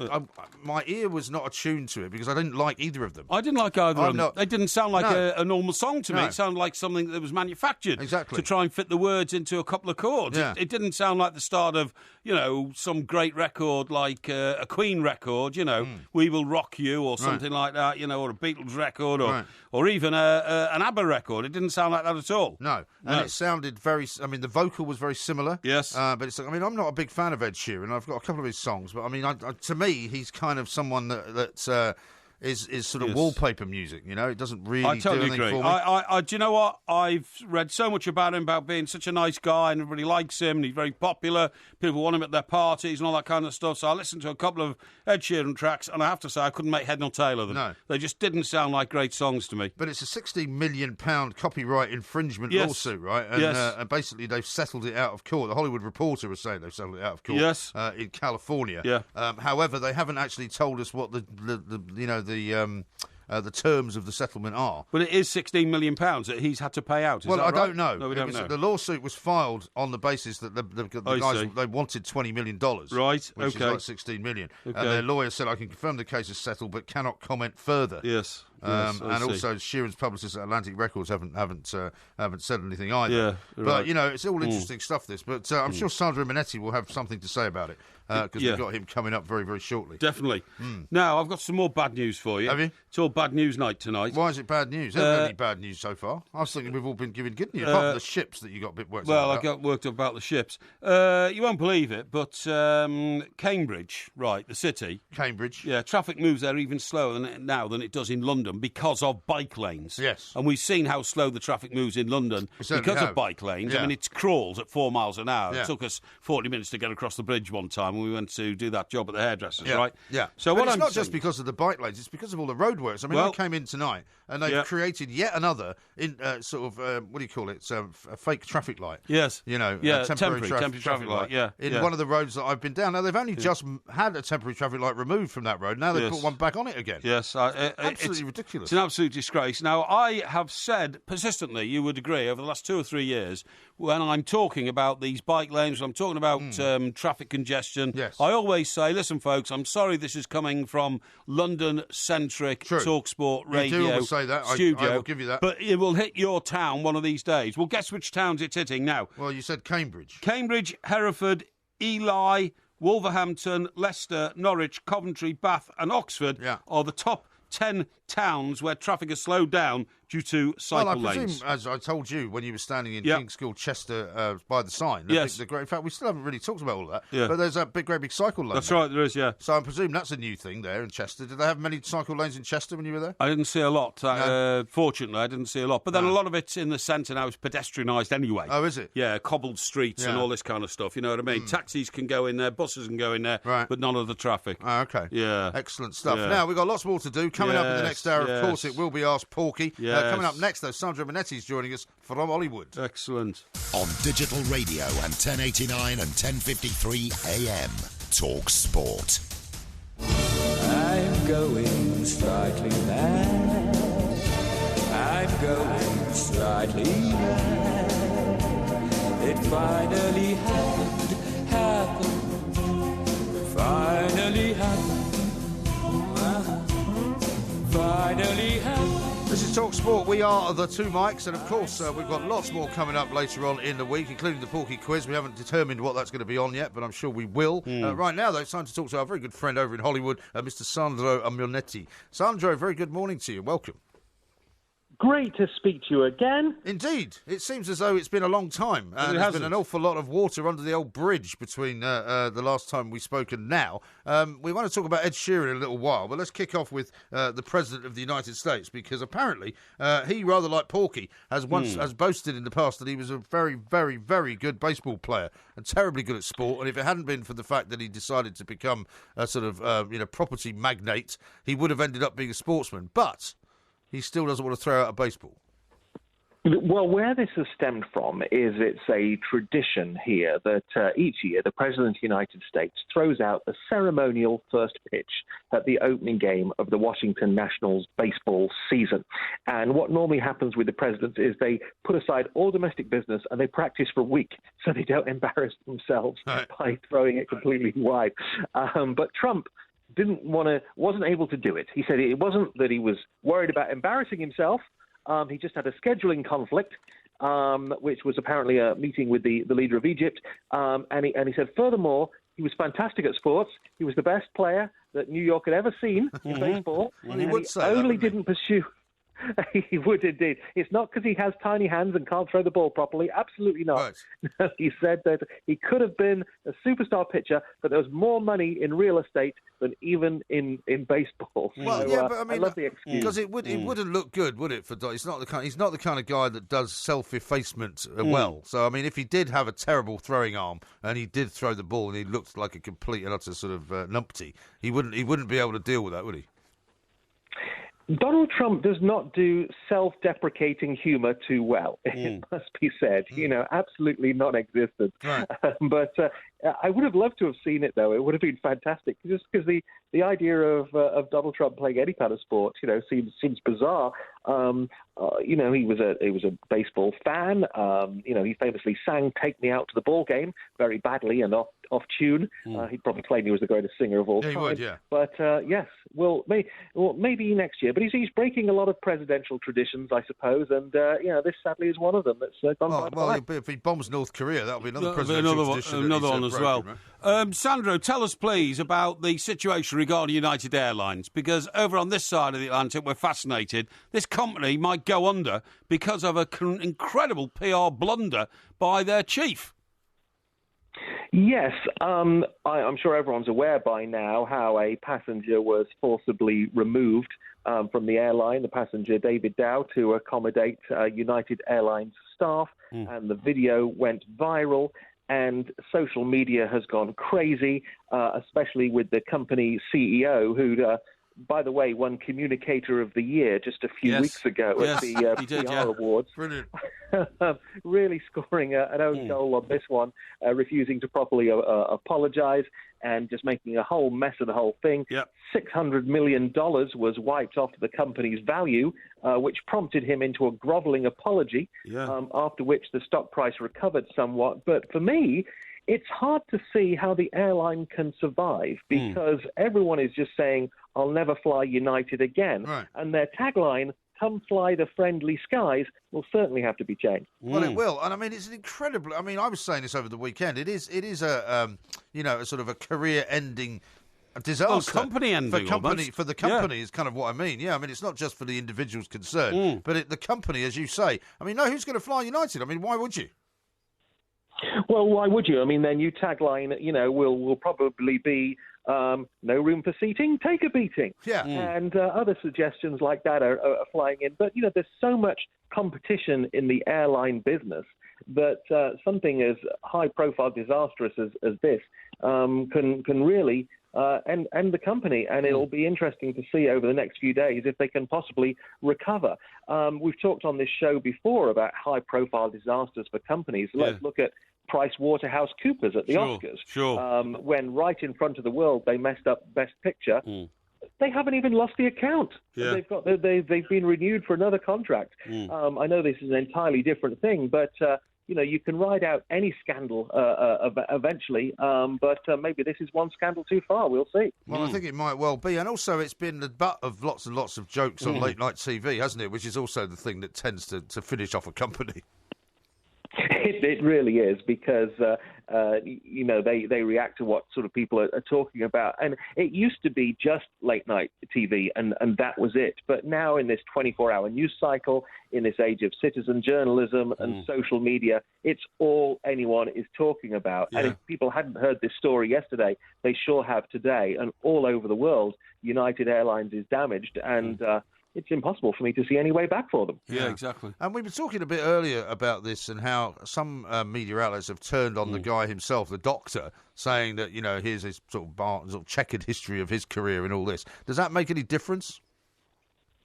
It doesn't make any difference when you have video, because a picture paints 1,000 words. And when you see the image of him being dragged along the plane, it doesn't matter. I mean, yes, you can look into his history and claim he's got a checkered past. He was supposedly picked at random for this. Nobody deserves that. I'm amazed anyone stayed on that plane. If I was a passenger and saw that, I'm getting off fast. Right. Yeah, I think it's because it's such a kind of a kind of artificial atmosphere, really. You don't really know what to do. I mean, things happen inside that space. I mean, people normally have to travel because they have to get to somewhere, so you're a bit reluctant, aren't you, Sandra, to say, I'm going to get off this plane, because you don't know if you can get onto another one that same day or something like that, I personally, if I'd have been on the plane, I'd have just wanted nothing to do with it, because you just shrug your shoulders, don't you, and say it's somebody else's problem, really, and that's the attitude in life, I think. Well, you'd be in first class, anyway, wouldn't you? Well, I hope so, yeah. They didn't nominate anyone from first class to take the hike, did they? But Sandra, we were only saying earlier, Mike and I, we spent a lot of time in America, and we actually used to quite like taking up the offers to get off the plane, because you normally got a few $100s and a couple of free flights. Well, this is the surprising thing, because every time I fly domestic in the United States, the planes seem to be overbooked. Yeah. And then they always say, right, if we got any volunteers, and it's like, oh, you get a few $100 or you fly later, and I normally do it for 3 packets of peanuts, because I'm never normally in that much of a hurry. But nobody put their hands up this time to accommodate the staff members they want to get on board, and that's what led to this situation. So, they might want to rethink their customer service if they ever fly the unfriendly skies again. Definitely. Yeah. Now, we'll get to Ed Sheeran in a minute, but let's talk about Mariah Carey, one of Porky's favourite singers. Yes. Very, very difficult woman to keep happy, we understand. She's split up again with her beau.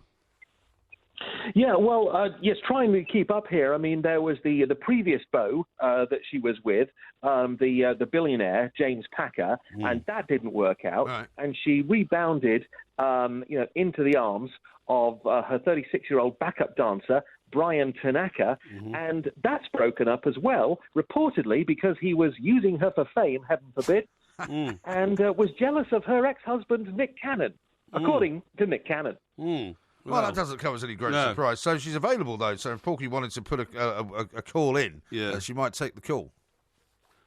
Well, I mean, let's hope, eh? Yeah, well, exactly. She's 47, she's got loads of money, and she's single, and she's ready to mingle. Yeah, but what I couldn't stand is when we arrive in London, and we're driving towards the Dorchester or the Lanesborough or somewhere like that, and she says, "Where's the red carpet and the candles?" And then you have to put a call into the hotel and get them to literally at 2:30 in the morning bring out a red carpet and a load of sort of 3-foot-high candles to line the route to allow her to walk in the style she's accustomed to. I mean, that's sort of... Personally, I treat any woman I date like that. If you have lower standards, Porky, that's your problem. Well, that's right. Yeah, that's I mean, right. every date is like that for you, Sandra. Now, let's talk about Ed Sheeran, because everyone's being a bit tight-lipped about this deal, but the two songs do sound quite similar, don't they? Shall we have a bit of a listen to them? Yeah. All right, let's have a bit of a listen to them in a moment. How did you find me inside the pocket of your ripped jeans? It's kind of amazing how you found me, holding me closer till our eyes meet through all the noise somehow. To be honest, they both sound so awful. I don't think I'd be listening to either of them. No, I wouldn't. I don't think it's that they sound... all that similar, Sandra. What it is, if you look at the actual details, the claim was that the first 39 notes of both songs are identical. Brought in a Los Angeles court. Now, there was discussion for many years that so-and-so sounds like so-and-so. But what the catalyst for this was Pharrell Williams and Robin Thicke losing a $7.4 million lawsuit to the Marvin Gaye estate that their song Blurred Lines are borrowed from Marvin Gaye's music. And ever since, obviously courts are ready to give out big money. And so if you hear a similarity now, the idea is to sue, especially in America. And the songwriters of Matt Cardle's song, Amazing, launched a £16 million lawsuit against Ed Sheeran, saying that his track Photograph, had those 39 similarities. And Ed has settled out of court. That's not an admission of guilt. It means that it just won't go to trial. And so what the songwriters typically want in this situation is around 50% of the profits and songwriting credits. It may as well have been an accident, I suppose. Sam Swift settled with Tom Petty over similarities between one of his songs and Petty's I Won't Back Down. But I would point out that Ed Sheeran is facing a second plagiarism lawsuit for his song Thinking Out Loud. And guess who's filed that? The Marvin Gaye estate.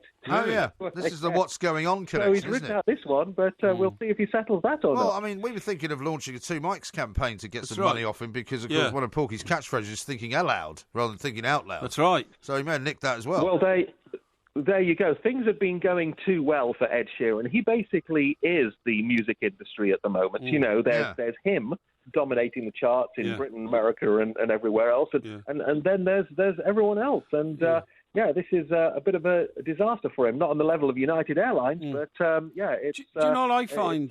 Popped his balloon. Do you know what I find surprising here, Sandro, is that it never happened to the Beatles until George Harrison made his first solo record, My Sweet Lord, and he got sued.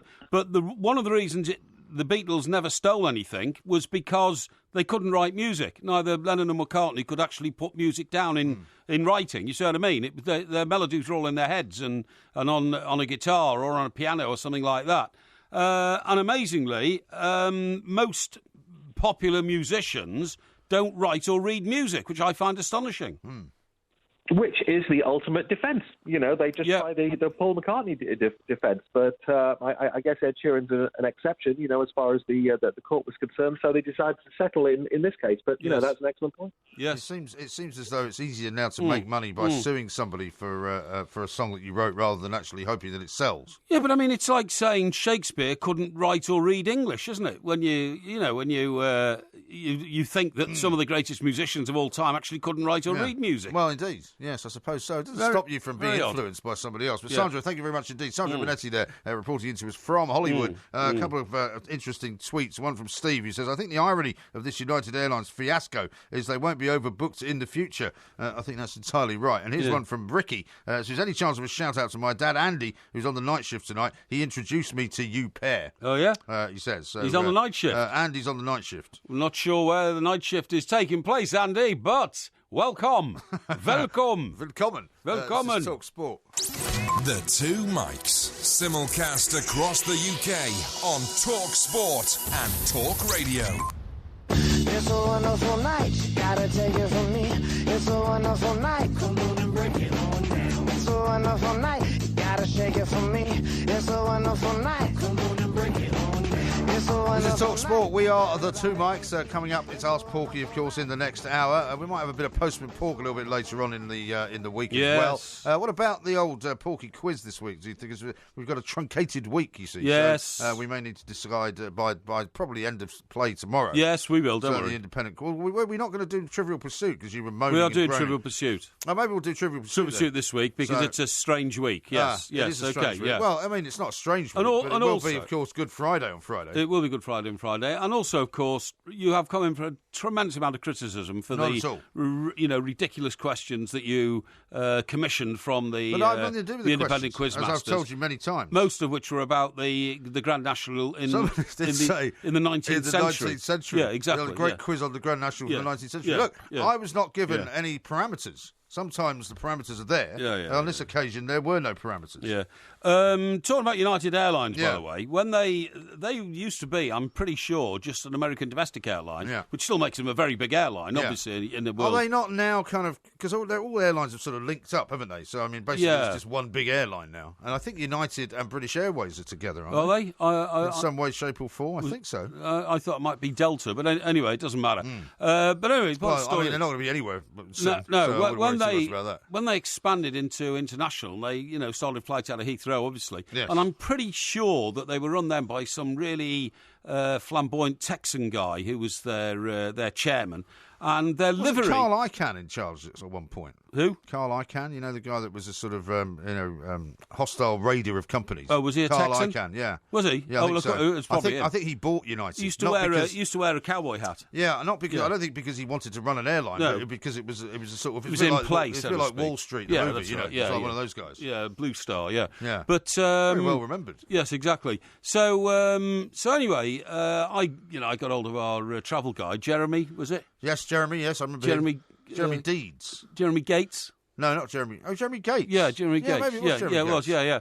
And I just, that's interesting. I said, this new American airline flying, I said, I always like to go to New York for New Year's Eve, This was you sniffing around for a freebie, was it? Definitely, yeah. So I said, you want to get hold of them and tell them, so he came back and he said, oh, yeah, mate, he said, they'll be very happy to give you a complimentary business class flight. And I said, did you not think at any point that this might in some way jeopardise your ability to be neutral on any stories about United Airlines? Didn't really care about that, to be honest, in those days. But you have no ethics at all, really, do you? Well, what I noticed was, in seeing all the pictures of their planes now, their livery is white, and with blue letters. In those days, it was orange and grey. United? Yeah, orange and grey. Are you sure? Definitely, I'm certain. It was orange and grey. They had quite a unique. Because I remember the ticket arrived. You're not thinking of Braniff, are you? No, I'm not. No. This was United, believe me. Okay. And I must say, I don't remember them being orange and grey. They were. To me, they've always been blue, red, and white. No, I can remember them as orange and grey. In fact, we'll have a look up on our computer. I'll have a look. But that's how they started. And this ticket arrived. It was in their livery colours. And I said, this is great. Now, at the time, I was seeing a young lady, and I thought it would be rather nice to take her with me. So I got Jeremy to ring them back. Yes. I know this sounded like a bit cheeky, but, I was a sort of Fleet Street Supremo. So you want another freebie for her? Yeah, I said, can you see if they would allow me to travel +1?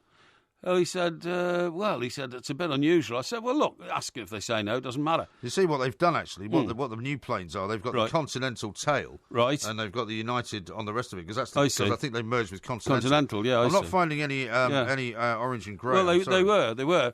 Anyway, Jeremy came back and he said, that's fine, mate. They're very happy. And I said, that's great.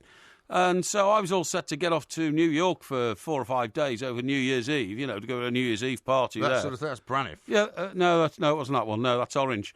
You said it was orange and grey. Yeah, it was. It was like a sort of rust colour and grey, actually. But well, like that. Let me have a look. No, that's BI. What's BI? That's Braniff. That's Braniff. No, it's not that one. All right. And anyway, this was all set to happen, and then unfortunately, the young lady had to pull out. Why? Well, she was married, and and she'd concocted some. So she wasn't able to leave her husband in England for the New Year's Eve. She'd concocted. What a surprise! Some brilliant story about some business trip that was been organised and all that kind of stuff, and but in the end, it didn't work.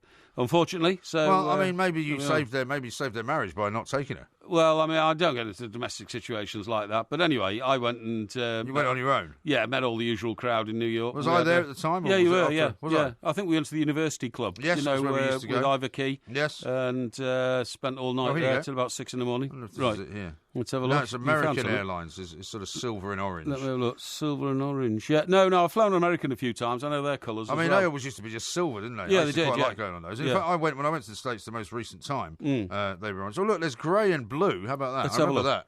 Let's have a look. Sort of grey and blue. That's the one. Yeah, that's absolutely the one. Yeah. That's the United Airlines grey plane. Yeah. They went grey for a while. Yes, that's right. Yeah, that was the one, definitely. Yeah. Oh, well, we sorted that one out. So we sorted that one out, and I got it absolutely right again. Now, what we haven't finished talking about is your trip to Chester, King's School, Chester. Well, I need to know what you did. You said you went in to see people there. So who did you see?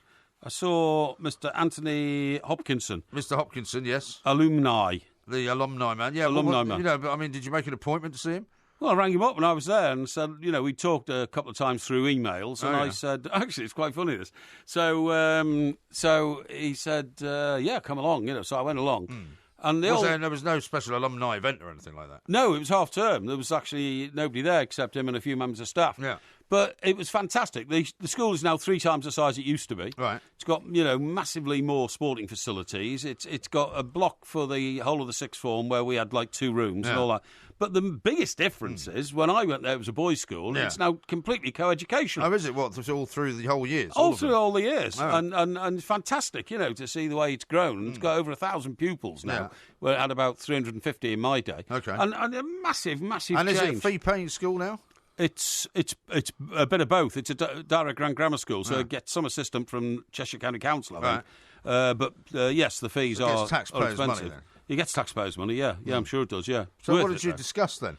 Well, we had a walk round, and we looked at the various. And I told him loads of funny stories about my time at the school. You know how I got he pointed out the new cross-country course, and I said, I got, told him how you went to the pub. Yeah, that's right, yeah. And wouldn't he have been more interested in your sort of academic prowess? Well, I told him that once I got into the sixth form, I lost interest in work because I found beer and women. Yeah. And he said, you'd have been in right trouble then these days because, of course, we have girls in the school now we didn't have in your day. Indeed. And then I told him the history of, but we went up with all the girls from the Queen's School, you see. So the Queen's School and the King's School merged then? No, they haven't. No. The King's School's just become... still there? Yeah, still there. Yeah, still there. Still a separate girls' school. And is that just a girls' school? Yeah, as far as I know. Well, doesn't seem very fair. Well, it's up to them. That's the way they run their business. That's what they do. But, no, it was... It was terribly interesting to see the way things have changed, and I have promised to send him for that. I went to their library, and the library, of course, used to be full of books, right? Is it not? Well, it's full of audio and all kinds of things now. See. So guess what they want as pride of place in their audio unit? I don't know. The 2 DVDs of the 2 mics from last year. Really? One in Edinburgh and one in the Hen and Chickens. The one in Hen and Chickens and also the one in Edinburgh. And the one in Edinburgh, yeah. Have you warned them about the nature of the language? No, I thought that'd be a shock that they just have to put up with when they put them on and listen to them. No, I think what you want to do is inform them about that. Well, there's a warning on the front of the cover, so if they can't read, then they should be able to read because they're at the King's School. There's no warning, it just says that it's 15. Yeah, that's right, yeah. Which does not suggest that there's adult content. Well, there's plenty of, hang on, there's plenty of 15-year-old... Well, you don't want to play it to, 11-year-olds, do you? Well, no, but if it says 15, then that's a decision for the teachers. That's not my decision. I see. So that's up to them. So are they paying for this copy, or have you negotiated some kind of fee? No. Well, you don't just go up and down the country donating, pieces of our merchandise, I don't see which a reason people why are paying not. good money for. I don't see any reason why not. Well, you take this unilaterally, this decision, did you? No, I've bought them myself, right? Oh, yeah. And I'm so sending you've them. put the money into the joint bank account, have you? I certainly have, yes. You? Yes, I have, yes. I'd like to see the receipt, No, please. you don't need to I'd worry like about to see that. some proof on that. And, you can't just wonder about giving stuff away which belongs to both of us. What do you mean? Because it belongs to both of us. Yeah, all right. Well, I've made provisions for it. Don't worry about it. I'm sorry, I don't accept that. No, Who else did you give a free copy to? I haven't given a free copy to anybody else. People have been, clamouring for these. Yes, I know. Over the course of the last several weeks. Yes. And you're wandering about like some, Lord God of the Hilllands, as we used to say, handing out all sorts of freebies to people. Well, perhaps time is right now to explain to everybody. To ingratiate yourself. That we did have a bit of a computer glitch over the last couple of weeks, people. Yeah, we've sorted all that out now. Sending stuff out from what we call our store on our website. Yeah. But it's all fixed now. Now, thanks to the incredibly hard work of the ladies who distribute our stuff, it is all sorted, and your orders, if they haven't come through, will be coming through very shortly. Yeah, well, a lot of people were posting pictures over the weekend, actually, if they're finally getting their little hands on a copy. So they've been waiting a long time, so don't go giving them away to people for no apparent reason. No, don't give them away. This is an educational trust. Rogerson, whoever his name is. Wilkinson. It's an educational trust. Hopkinson. Hopkinson, that's what I said. Wilkinson. No, Hopkinson. Mr. Ant Hopkinson. I'm sure this bloke exists. Anyway, the funny thing is... There's no time for this. Very quickly, the funny thing is, they went off at lunch to meet some pals, right? Oh, yeah. And I next saw Mr. Give Hopkinson. them any free copies? No. Good, thank God for that. I was standing in the car park of the pub that we were in. Oh, yeah. Mr. Hopkinson walked past. It was amazing. But he wasn't going in the pub, though. No, he wasn't going in the pub. He lived locally. I get the impression that you were just some drunk that had basically spent your entire time at the King's School Chester on the lash. No, I don't think so. And we're continuing with that. He actually lived quite near to the pub that we bonked off to when we were on the cross-country running in a place called Hambridge. I can't help but thinking he didn't think you were perhaps the model student. Well, he wants me to go back and give a lecture to the pupils in October. All right, well, we'll talk about that. Yes. Right now, though, this is Talk Sport. Lots more coming up, of course, tomorrow night's Porky Vision. There's been an awful lot going on in the world of television, which we will speak to you about later on. Have you had any thoughts? You haven't any thoughts about the Porky quiz, really? I mean, the Trivial Pursuit thing is going to be just... Oh, yeah, it's going to be Trivial Pursuit this week. The only one, right? Because it's a disjointed week anyway. We're coming into Easter. Yeah. I'm not going to do a quiz on Easter, the Holy Spirit and all that kind of stuff. Because, the Holy Spirit? Yeah, it's too controversial. Uh-huh. And too complicated and too big an issue. Well, it's not really the Holy Spirit about Easter, is it? It's more about the resurrection. Well, the Holy Spirit, the Father, the Son, and the Holy Spirit. That's what it's all about. Okay? Yeah, no, but it's all about the dying and the resurrection. It's about coming back to life and the rebirth and all that. Yeah, and the Holy Spirit. Well, what's the Holy Spirit got to do with it? Well, the Holy Spirit is... Why do you keep going on about that for? Because the Holy Spirit is the concept of resurrection. Well, no, it's the crucifixion, and then it's the resurrection. Yeah, but the Holy Spirit rolling away the stone. Yeah. And you roll away the stone. Which group was that? Shanna Nana Push Push. It was Mott the Hoople. Mott the Hoople, that's right, yeah. Now, what I was going to say is the Holy Spirit is what eventually reappeared back in heaven. Because bodily Jesus didn't go back. After the resurrection. Who's bodily Jesus? Eh? Who's bodily Jesus? No, bodily. His body didn't go back to heaven, his spirit. That's why you talk about the Father, the Son, and the Holy Spirit. Oh, I see. The Father is God, the Son is Jesus Christ, and the Holy Spirit is the concept of it all, okay? Oh, I see, all right. Now, are you a big fan of Damien Hirst and his art? Not particularly, no. Apparently, he's got an exhibition on now, right. Which is... so over the top and so ridiculous that according to the art experts that I've been reading in my art journals... Art journals, yeah. It could be the end of him. This is the allegation, yeah. Well, one of the allegations about Damien Hirst in the past has been that he's a bit like some of these people that churn out hundreds and hundreds of books. Yes. He's got a staff of people who actually do the art for him. Yes. And he kind of just directs them. You're absolutely right. That's one of the allegations. I don't know if that's true or not, but it's an allegation. Yeah. But, I mean... he has made tens of millions of pounds from people suddenly buying a Damien Hirst work because it's so brilliant. Yeah. It's elevated to godlike status, and now you've got to have one. So, all these great art collectors around the world say, if you haven't got a Damien Hirst, okay? Yeah, right. But the latest one is an amazing exhibition in Venice where... it's a kind of claim, but it's tongue-in-cheek claim that he spent the last 10 years recovering all these treasures from the sea, like off Egypt. The Red Sea. Egyptian goddesses and all that kind of stuff. All right. And these have been taken now to a museum in Venice and put on display. And they're all, like iron models, all encrusted in barnacles and the stuff that you would expect. So he's retrieved this stuff from the sea, floor, right? From the ocean floor and all that. Except that the actual allegation made by those who've been to see it says it's rubbish. They're all manufactured. Yeah. These didn't come from the sea at all. He's done what you've just said. He's had workmen for the last couple of years putting these together and sticking barnacles on them and all this kind of stuff. Well, I suppose the bottom line for Damien Hirst is that as long as he's had something to do with it, people don't seem to care. That's right. They just think that it's something which can be called a Damien Hirst original. Yes. Therefore, it's worth money. Yeah, absolutely. Nobody actually knows which bit of sea they're supposed to be recovered from. Right. It says the truth behind what is surely Hirst's most audacious money-spinning confidence trick is that many of the items in the, quote, ancient treasure trove were manufactured by technicians in his production factory in Gloucestershire. And never have actually ever been in the sea. Yeah. Some of the items have been submerged in seawater after being finished until the metal oxidised and turned green and they gathered layers of coral. But it was a secret project going back years, maybe as many as 10. How bizarre. One of her staff told me last week they made these objects, put them in the sea and then retrieved them. She doesn't know where they were sunk, but given her ties to North Devon, it's thought that they may have actually been put there because he hasn't revealed where they're supposed to have come from. Now, this, to make it clear, is not to accuse Hirst of dishonesty. No. Because he has never claimed the display is genuine.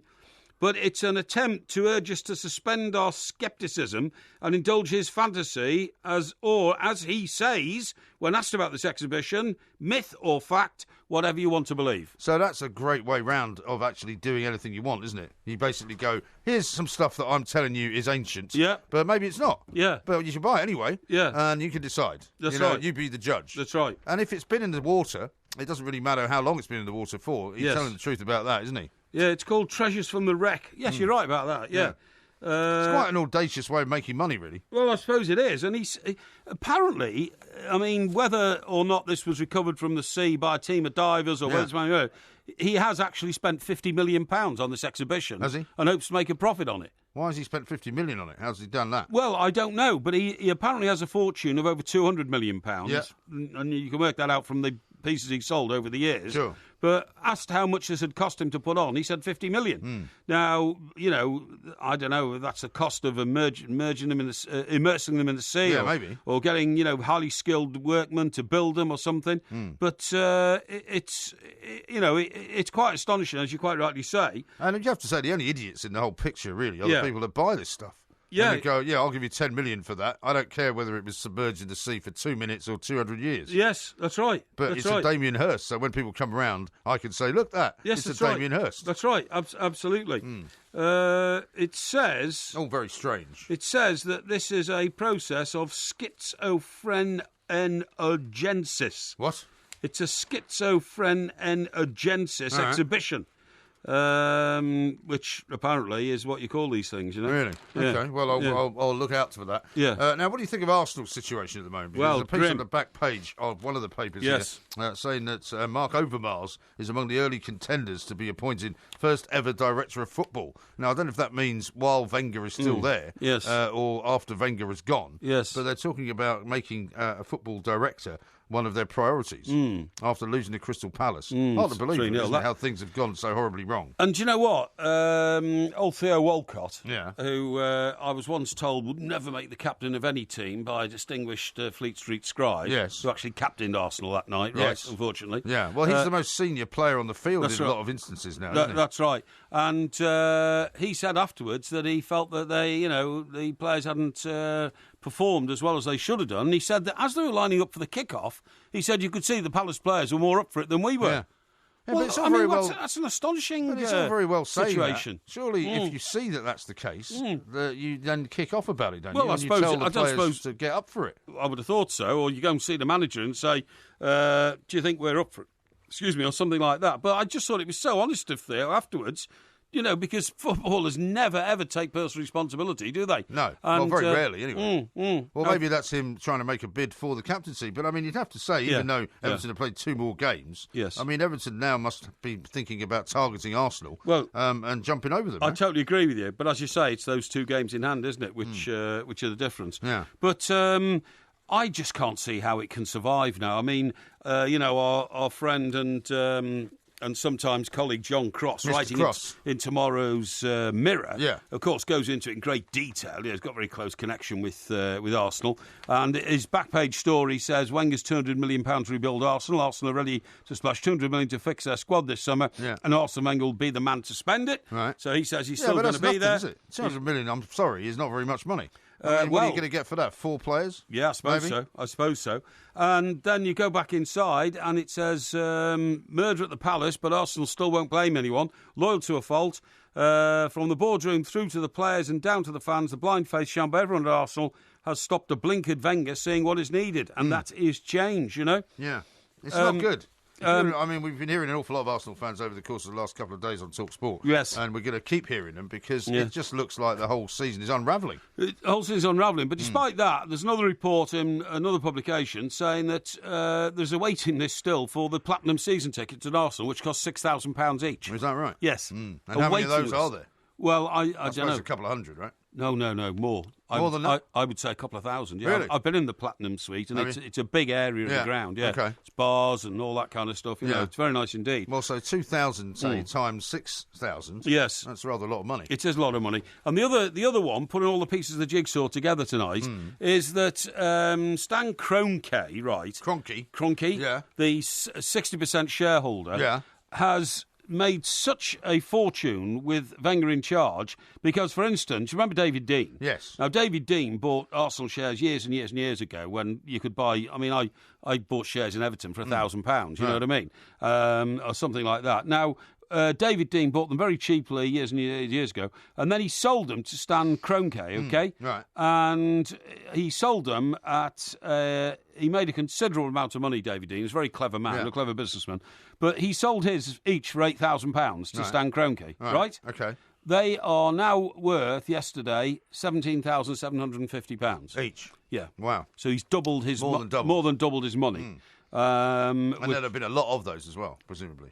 He had a lot of them. It represents to Mr. Kroenke a £300 million profit. Wow. So you can see why Mr. Kroenke has not been leading the charge to rid the club of Arsene Wenger. No, indeed. When under his tutelage, he has made a huge fortune. But if they don't make the top 4, that will be something that will cost him and will cost the club, presumably. Because that's where they've been making all their money. I mean, they've always finished in the top 4. Yes. They've always got Champions League money. Yeah. They've always got the money from finishing at that part of the league. Yes. If they finish 6th or 7th, that won't happen. No, you're absolutely right. So that may change his view. We shall see. It might. Anyway, we'll tell you some more about what the back pages are saying. We've got Ask Porky coming up very shortly. We certainly have. This is TalkSport. Yes. The Two Mics. Simulcast across the UK on TalkSport and Talk Radio.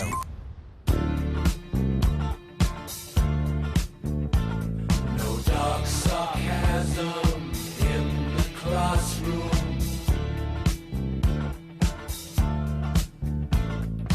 Teacher, leave them kids alone.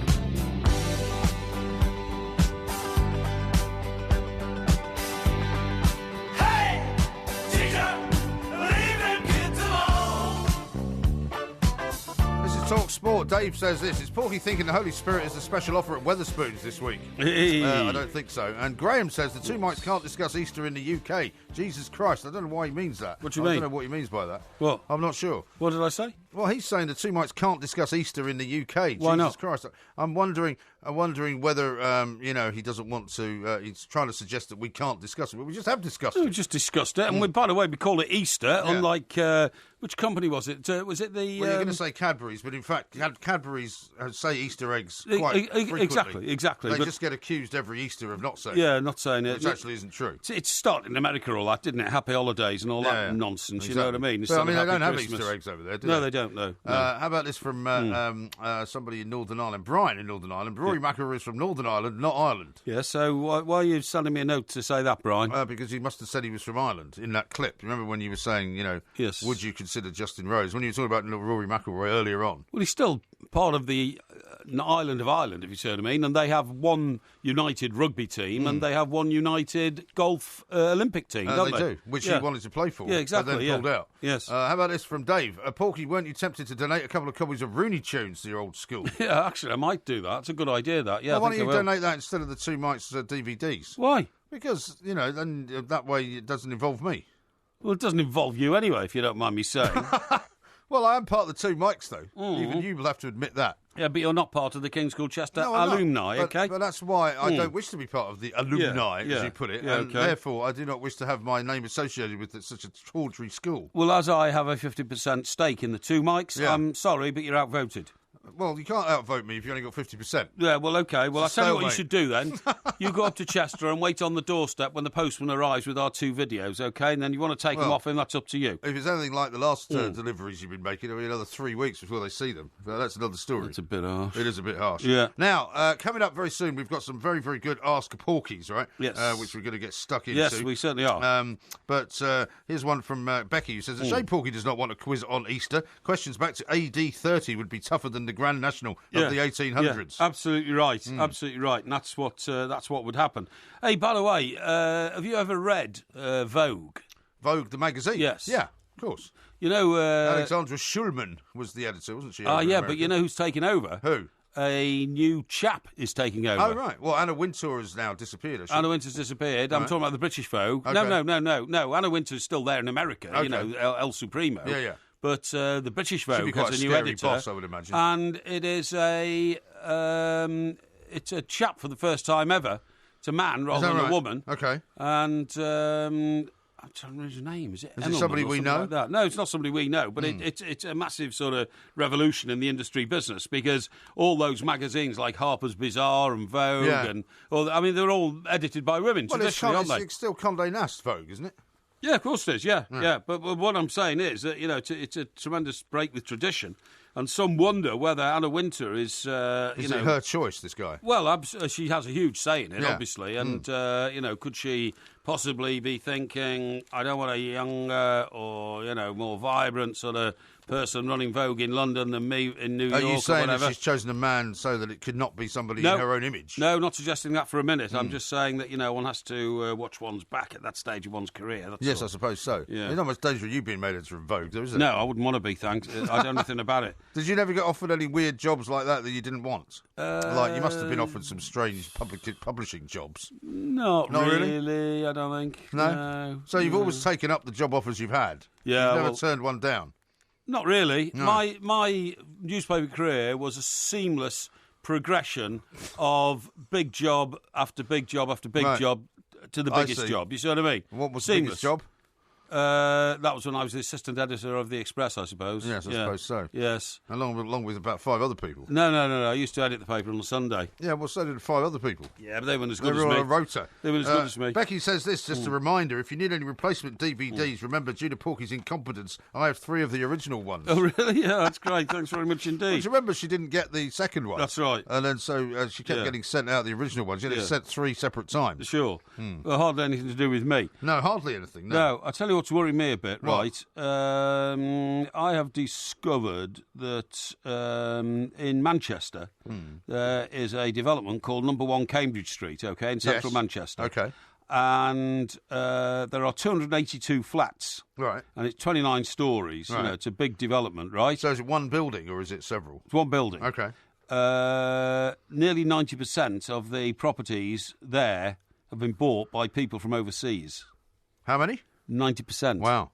Now, I told you, didn't I, the other day, I went to have a look at a place in Surrey, in Sutton actually, and it had only just gone up, and over 70% of them have been bought by overseas investors. Right. I mean, it is happening all over this country. Well, I mean, everywhere you look, they are building, right? Yes. And I don't know anyone who lives in London, for example, that can afford to buy a flat in London. No. So I don't know who's buying all these places they're putting up. They're all being bought by overseas money. Isn't that bad? A lot of it's Chinese, some of it's Russian, it's... Only in this one I've told you about in Manchester, number 1 Cambridge Street, only 2 of the homes are lived in by British owners. Right. The apparent lack of owner-occupiers is in contrast to the impression the developer gave in its planning application to Manchester City Council in 2014. I'm not blaming the developers. They can't say who's going to buy them at the end of the day. You know what I mean? But they know what they're doing. They know exactly what they're doing. They're building a load of buildings because they know that overseas investors want to buy into Britain. That's right. But the result of it is this. Foreign ownership appears to be making homes less affordable. House prices in Manchester, based on this one development alone, have risen by almost 10% in 1 year. Yeah. The fastest rise in the UK. Average prices in the city are now 9 times average earnings. So the story goes on around the country, you know. Yeah, I know, and I don't think it's not healthy for the general economy, and it's not healthy really for the because eventually the bottom will fall out of it. I know people keep saying that, and it keeps not happening. Yeah, but eventually, presumably, it will. When all of these foreign investors decide, well, you know what, we haven't got a rental market anymore. We're not going to rent them to anyone, so we'll just have to sell them. Well, I'm not sure when that moment will come. No, inward investment is a great thing for any country. If other countries in the world invest in your country, it is if it stimulates growth. Yes, that's right. This is not stimulating growth. All it's stimulating is growth in the housing market, which people can't afford already. I agree. So there's something wrong with it, really. And George Osborne came along and decided, I'm going to take the heat out of the housing market so more people locally can afford to live in them. Yes. Not that it bothers him because he's so wealthy anyway. Right. It doesn't matter. But that's not. It's not had that effect at all. I said to these guys, why are people still buying them when the very minimum you pay in stamp duty now on a property this price is $7,500? And who are these people anyway? Are they foreign corporations? Are they foreign individuals? Nearly all the ones I'm talking about have been bought by concerns in Hong Kong. Okay. The ones businesses rather than individuals. Sorry, yes, that's right. Yeah. Now, I've got some interesting info here from Trevor. You may be able to tell me whether it's correct. Right. It says King's School Chester is totally fee-paying, no government cash aid. Labour abolished all direct grant schools in 1976. Yeah, but I think you'll find there are still bursaries and all that kind of stuff, you know. He goes on to say King's School Chester's exam results are very poor compared to other fee-paying schools, poorer than even some comprehensive schools. No, that's rubbish. That's rubbish. In fact, I was talking to people there. The current headmaster, who is leaving soon to be replaced by another one. Well, who told you this? Mr. What's-his-face? Mr. Hopkinson. Mr. Hopkinson. The alumni. The alumni. Yeah. He said that the current headmaster had actually re-established the school as one of the top in the country on exam results. Yeah. Right. Yeah. Okay, good. Here's one from Sharky. Rory McIlroy was going to play golf in Rio for Ireland, not GB and Northern Ireland, until he pulled out in fear for his health. Well, no, we told you that already. Rory McIlroy was going to play golf for Ireland. Yeah. But it was quite a controversial decision that he made, since technically he is British. Yes, that's right. And he should have been playing for Team GB. Yes. And the reason he played for Ireland was really kind of mooted by some to suggest that he was in favour of United Ireland, which I think is why in the end he pulled out. Yeah, I think he did, yeah. He didn't fear for his health. No, he just feared for a lot of controversy. It was a no-win situation. Yeah. Absolutely. Exactly right. And also, I don't think there was much of a choice to be made once they saw how awful some of the facilities were in Brazil. That's right. Now, we're going to be talking to somebody from the Cayman Islands this week, aren't we, about the Cornish connection, yeah? Oh, yes, we are. Yes. Well, we haven't got anybody lined up yet, but we'll see we'll see if we can find somebody. There's that chap called Bodham from Cornwall who went out to the Cayman Islands, and now the Cayman Islands think that they have an umbilical cord with the Cornish. Yes, and they're going to try and get some money out of them, right? Well, it'd be the other way around. It'd be Cornwall get money out of the Cayman Islands because it's a very wealthy place, isn't it? That's what I mean, yeah. That's what I mean. Yeah, well, we shall see. It's not going to be that easy, but we'll see if we can get hold of somebody over there. We are also going to be talking to your man at Yale University this week, we hope. Yes. He's going to be telling us why drinking an awful lot of wine is actually good for you. Yes, that's a good thing. Talking about drink, by the way. Seen the time. Yeah, don't worry about that for a minute. Talking about drink, I see that the Shadow Health Secretary, John Ashworth, is going to run the London... Yeah. He's going to run the London Marathon for the first time. Now, good. He says he's going to do it to raise funds for the... it's an odd organisation, this. The National Association for Children of Alcoholics. Well, why is that an odd association? Well, I just think that, what a strange sort of organisation that has to be set up to look after the children of alcoholics. Well, I'm sure if you're the child of an alcoholic, it can't be very much fun. Well, I agree.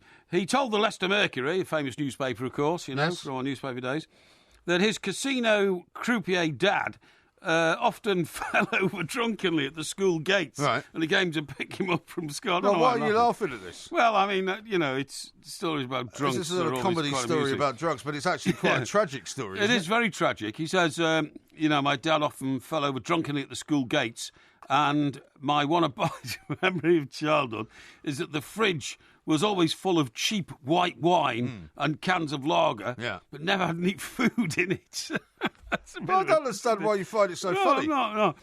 Anyway, Ashworth says his father spent his latter days drinking at least a bottle of whiskey a day and had died when he was 60. Why are you laughing at that? Well, I'm not really laughing. Well, you are laughing. No, I'm not. That's what people find disgraceful. No. I mean, look, it's a huge problem, alcohol in our society. But you seem to find it all very amusing. No, I don't think it's amusing at all. I think it's pitiful. Yeah. And I have great sympathy and enormous. Well, as long as you've got that, you'll be all right then. Enormous, hurt that these poor children suffer. It's terrible. Well, maybe you could send them some money. Well, we must think about... donate them some free Rooney Tunes books or something. Yeah, well, that's a good idea. Why not, indeed? That would help them. And good luck with the marathon, Mr. Shadow Minister. They could hit the dad with a Rooney Tune book if he was too drunk and very carefully, incapable of standing at the school gates. Exactly. Coming up next, we've got to ask believe Porky. that, can you? No, you can't. Your old fellow falling over at the school gate. Ugh. Talk Sport. And it's in! A diving header at the end of a 50-yard run. From the root to the tip. If you want to go and look on Twitter for the link, you can watch it through that, or you can watch it, of course, through Facebook Live, which is where it is. We've got loads and loads of great questions, as ever. I would ask you, please, Mr. Parry, to be as authoritative but as brief as you possibly can be. Do you mean concise? You don't mean brief, do you? I'm not going to be concise. I'm not going to be brief and butt people off. I'm going to be concise. Yeah, okay. Well, let's see. This is from Enzo in New Jersey. He says, Sir Porky, you have accomplished a lot in life so far. What's the one thing you want to accomplish before you kick the bucket? I never think about kicking the bucket. You've got to live each day as it comes. And I'll be perfectly honest, when I see people with these, they're called bucket lists, when people want to do things before they die. That's right. I just feel they're a waste of time, to be honest, because most of what I wanted to do when I was a youngster, I've done in life, crossing the Atlantic on the QE2, flying the Concorde, romancing beautiful women and, seeking powerful jobs in powerful places and all that kind of stuff. So I don't have... there's nothing in the world I want to do now that you haven't done. No, I haven't done. I mean, okay, you'd like to, do something extraordinary like play football at Wembley, but that's unrealistic. I've already done that. Yeah, I know you have. Yeah, the things that I really wanted to achieve in life, I've achieved. I'm pretty happy with my life, to be honest. Okay. Yeah. How about this from Jamie? I've just had a baby girl on Monday the 10th called Emily Rose. Emily, could you please say hello to her and my beautiful wife Danielle? What is the best advice you could give me as a first-time dad? And that's Jamie, who's in Perth, Australia. Yeah. Okay. Great to hear from you. Jamie, is it? Yeah, in Perth, Australia. Congratulations on being a parent for the first time. I'm in a bit of a strange one on this one because I've never been a parent, but all I can say is this, is that we had a chap on last week saying, bladderation or attention to detail with the child, it's always got to be a child's got to be your first consideration now. If you bring a person into the world, then you've got to devote your life to their upbringing, and all I can say is just do the very best you can, and then nobody can blame you, however it turns out. Okay, here's one from Ali. He says, I know how much Porky likes cats, so here's a cat question. We have 4 and have just moved house. They aren't getting on anymore. Would you thin the herd or give them a little more bonding time? You've got 4 cats? 4 cats, yeah. It doesn't turn me on at all. I'm sorry. I just don't get on with cats at all. I couldn't live in a house with 1 cat, let alone 4. So I'm afraid that I'm not on your side here. I'd get rid of all of them. But I would get rid of them humanely. I don't want you to put them in a bag and throw them in the canal or anything like that. When you say humanely, yes. I mean, I don't think you're looking to kill them off. No, you give them to the Battersea Cat's Home. Battersea Cat's Home, okay. Yeah. Porky says, Craig, at the ripe old age of 37, I'm thinking of a change of career. Is this too late in life to do, or should I plod on doing something I don't enjoy, or should I go for it? Well, you should never be plodding on doing something you don't enjoy, because that's a waste of your life. If you get up in the morning and you go to a deadbeat job that you don't like, and you come home at night miserable from the experience of the last 8 or 9 hours, you are literally wasting your life. You've got to find something in life that stimulates your interest every day. Every time I get up and come to work here, I bounce out of bed with anticipation at what I'm going to be doing, because I like so much doing what I do. I'm a very, very lucky man. But everybody's got to try and seek that position. And if you're working in something you don't enjoy, I would just stop it and take a challenge and take a risk and go for it and try and find something you do like. Now, Mark says this without giving away too much. Yeah. He says, as MG's naval intelligence source, can you tell me what you think of the government's decision to sell HMS Ocean, our helicopter carrier and flagship, to the Brazilian Navy? Yes, we can't keep retiring and selling our ships. We only have 3.5 left. Was the Commodore involved in this decision? No, Commodore wasn't. But, I mean, I saw that documentary, or saw bits of that documentary on Ocean. It's an old leaking hull. I mean, it's embarrassing. I hope nobody overseas has seen that, because if they did, they'll invade. Because it's such a terribly tawdry sort of documentary on the strength of the Royal Navy. It was embarrassing. And yeah, get rid of it. It's a wreck of an old ship. We've got the 2 new carriers coming in, but they're steeped in controversy about the state they're in and no planes. It's a mess. It's terrible. Nicola says this, Dear Porky, if you had to leave the Earth on a spaceship and take 4 famous people with you, who would they be? Golly, that's amazing. Live or dead. First one would be Rod Stewart, because then we'd always have a song. Second one would be Dixie Dean, so I could talk to him forever about his exploits in football. Third one would be Admiral Horatio Lord Nelson. and the fourth one would be John Lennon. Well, Sorry women. for that. Sorry? Well, no women. Well, there'd be women on board too. I mean, if you got Rod Stewart on board a spaceship, you'd have to have some women there as well. Well, I would have thought so. Because although he's a very loyal husband, of course, he has obviously throughout his life enjoyed the presence of female company. He's been a very loyal husband several times, hasn't he? Yes. The Verminator says this, as an Arsenal fan, my semi-final tickets are in my hand. Should I throw them in the skip, burn them, give them away, or carry on supporting them? As a fan of who? Arsenal. Arsenal fan. Well, you've got to support your team. Whatever happens, you know, you go through bad times and good times. The only problem with Arsenal is, and it's such a boring subject now because nobody ever stops talking about it, is that something needs to be done. It doesn't like something is going to be done. So it's an interminable problem, and it is hugely frustrating to you Arsenal fans. Here's one from Jason. He says, Porky, at my local supermarket, they have one of those 10 items only lanes. This supermarket law is regularly flouted. Who should be enforcing this law, and am I right to be upset? I think it's a question of compromise there. I always use that lane because I don't buy much when I go to the supermarkets, particularly if I'm not in my car, because I don't like lugging things around.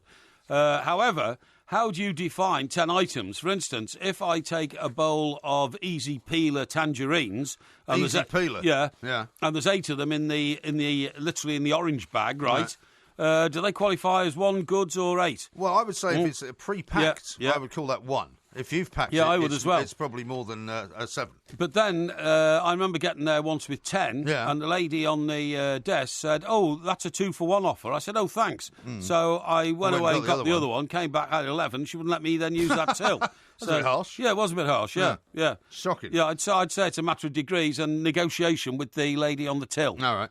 Here's one from Wardy who says, is it too late to have Sam Allardyce back as England boss? Well, it wouldn't be for me because I would still, think that he's got the qualities to do it. But it is too late for the profession of football because Sam left under such extraordinary circumstances, which a lot of people think were completely unjustified.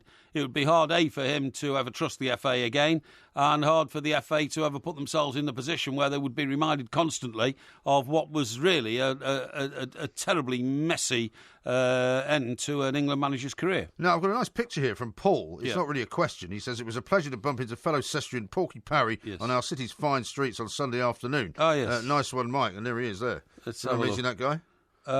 Yes, of course I do, because obviously I had my picture taken with him. Very nice chap indeed. That doesn't mean you remember it. Came out to see me. No, I do. His name is Paul. Paul, it's good to hear from you. Thank you very much indeed. Here's one from Mark, which is right up your street, actually, because you've got lots of experience in this. Okay. Porky, what is the best and nicest way to end a relationship?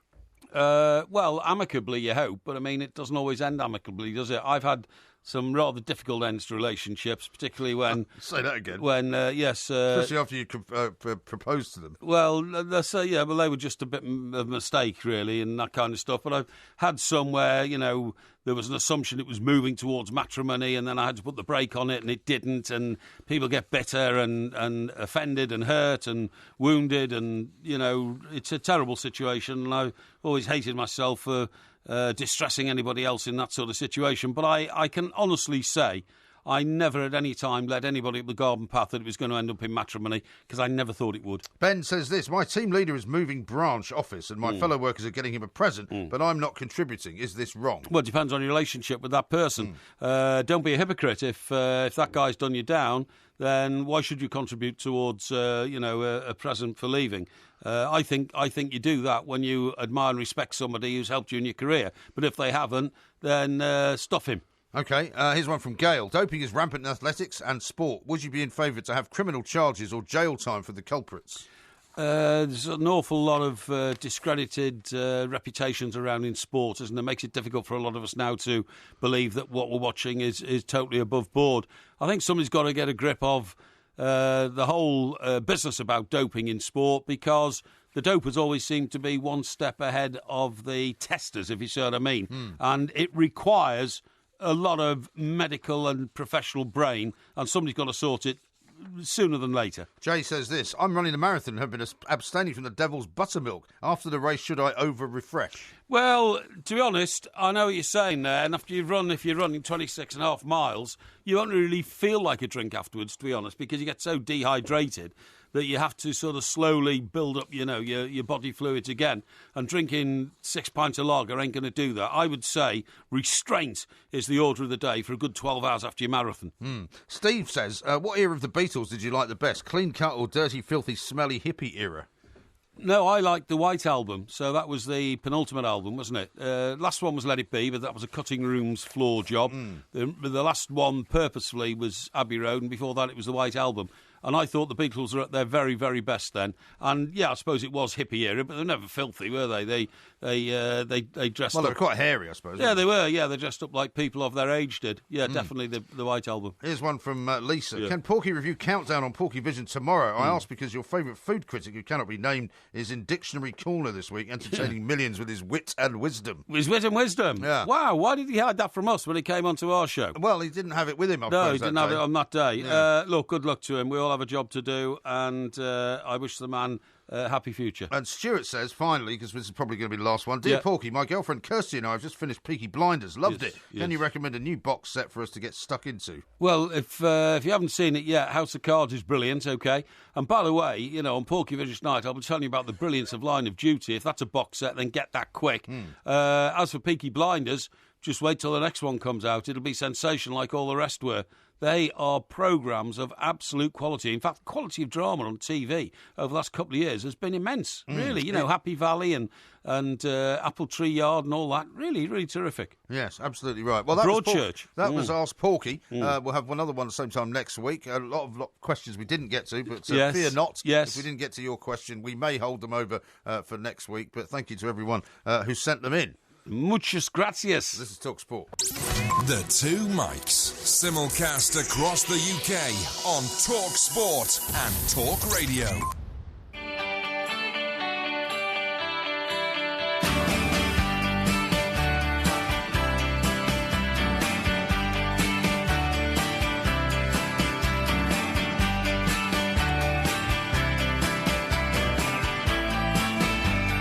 We have now embarked on the most chaotic years of modern times as we leave Europe, but are you going to be better or worse off? Will services like the NHS gain the much-promised extra funding? Our sister station, Talk Radio, is hosting a series of exclusive audience events which kick off on Wednesday, 19th of April in London, and you can be a part of it in a special Brexit debate. That's right. Now, up on stage will be Talk Radio's very own Julia Hartley Brewer, Anna Soubry, MP, and political comedian Matt Ford. Tickets are just a £5, including complimentary food and drink, with all the profits going to St Thomas's Hospital. Buy your tickets now at thesun.co.uk/Sun Talks, where you can also find full details of the event. Tickets will be limited, so book now to avoid disappointment. Go to thesun.co.uk/Sun Talks.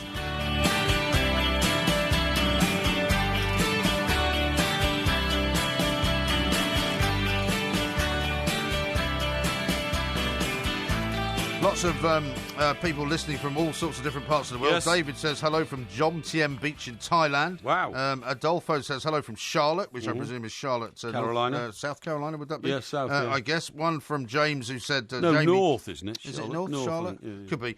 James says, thanks for reading out my question. He's the one that's just got the new babies in Joondalup Hospital. Right. In Perth, I guess. Hello Excellent. from Philadelphia, Yes. Says Tommy. Yes. Hello from Adelaide, Australia, says Dean. Wow, that's fantastic. Hello from Ali in Shanghai. Yeah. Which is pretty cool. Yeah, it is. And a couple of swear words as well from somebody else. But thank you very much for those. So those. congratulations and welcome to everyone who's listening from all sorts of four corners of the world. That's right.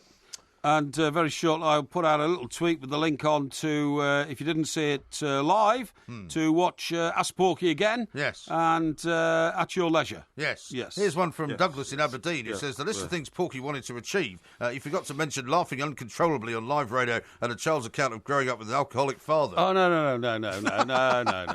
That was just in the spirit of things. Yes. Listen, a great question here from William, who's a regular correspondent. Yeah. Didn't Porky say his chair was coming back yesterday? Tuesday, did it arrive? Yes, that's a good question. Did your chair arrive? Well, there was a negotiation. I got a mysterious phone call mid-afternoon saying, we're bringing your chair hand over back. the 40 quid or your Yeah, chair that's right. Yeah, your chair gets it, yeah. And we renegotiated it because, actually, as you and I have been away, I was quite busy sorting things out. Oh, yeah. So the renegotiation is for 4 o'clock today. 4 o'clock today? But, of course, you and I have a lunchtime... Well, we've got a meeting at 12. Summit meeting at 12. You might not be home by 4. Yeah, I will, yeah. Will you? Oh, yeah, I will, yeah, don't worry, yeah. Because we're working I'm not worried. tonight as well. Have you established exactly who the man is that's actually got the chair? Well, I'm going to meet him tomorrow. You are? When he brings the chair back. Right, okay. Yeah. And is he the same guy that took it? I assume so. Yeah. I don't know where he got my phone number I from don't know and all why that. it takes such a long time to fix one chair. Yes. Why would it? Well, because it's a very expensive chair and it needs a very expensive restoration. But, I mean, if you're a chair upholsterer, presumably you have the wherewithal to fix chairs. Well, yeah, but relatively quickly. I should imagine he's got a lot of business on, you know. Why? You think there's suddenly a glut of chairs that need reupholstering? No, there's fewer and fewer upholsterers, and therefore their specialist trade is in demand. I see. Now, it's one from Tracy. She says, good to have Porky and MG back on the radio after a short holiday. You sure are feisty tonight. So that means a bit refreshed, eh? That's from a while ago, that. Yes. Yeah. Oh, here, Chris says, I totally agree with Porky. When you played out that clip about Justin Rose, it was clearly a rhetorical statement. Porky's right. A rhetorical statement. No, Yeah. it was a question. Yeah. It was a question. Yeah. Definitely a question. And because a rhetorical question is a question which does not require an answer. Yeah, that's exactly. And you were asking Bob Bupka his opinion on your question. And Moz adds to that by saying, Porky definitely did say Justin Rose was his first tip, the first time he's not telling Porky's that I can remember. Really? Well, that's a sort of backhanded compliment, isn't it, That's not really what you need, is it? Tim says, good morning from Shanghai. Shanghai? Yeah. I've never been to Shanghai. No, me neither. I wouldn't mind going to Shanghai. I've never been to China, have you? No, I haven't. Should we go do a show there? Could do. I haven't been to Hong Kong, actually. It's one of the Yeah, we should do big that places as well. in the world I've never been to. Patrick says this, hi guys, it's my 6 years wedding anniversary today, and if you give us a shout out, we would be chuffed. My wife's name is Violet. Okay, and what's the chap's name? His name's Patrick. Patrick. He's in Melbourne. And Violet in Melbourne, I want to wish you a very, very happy anniversary. I hope you have a great day.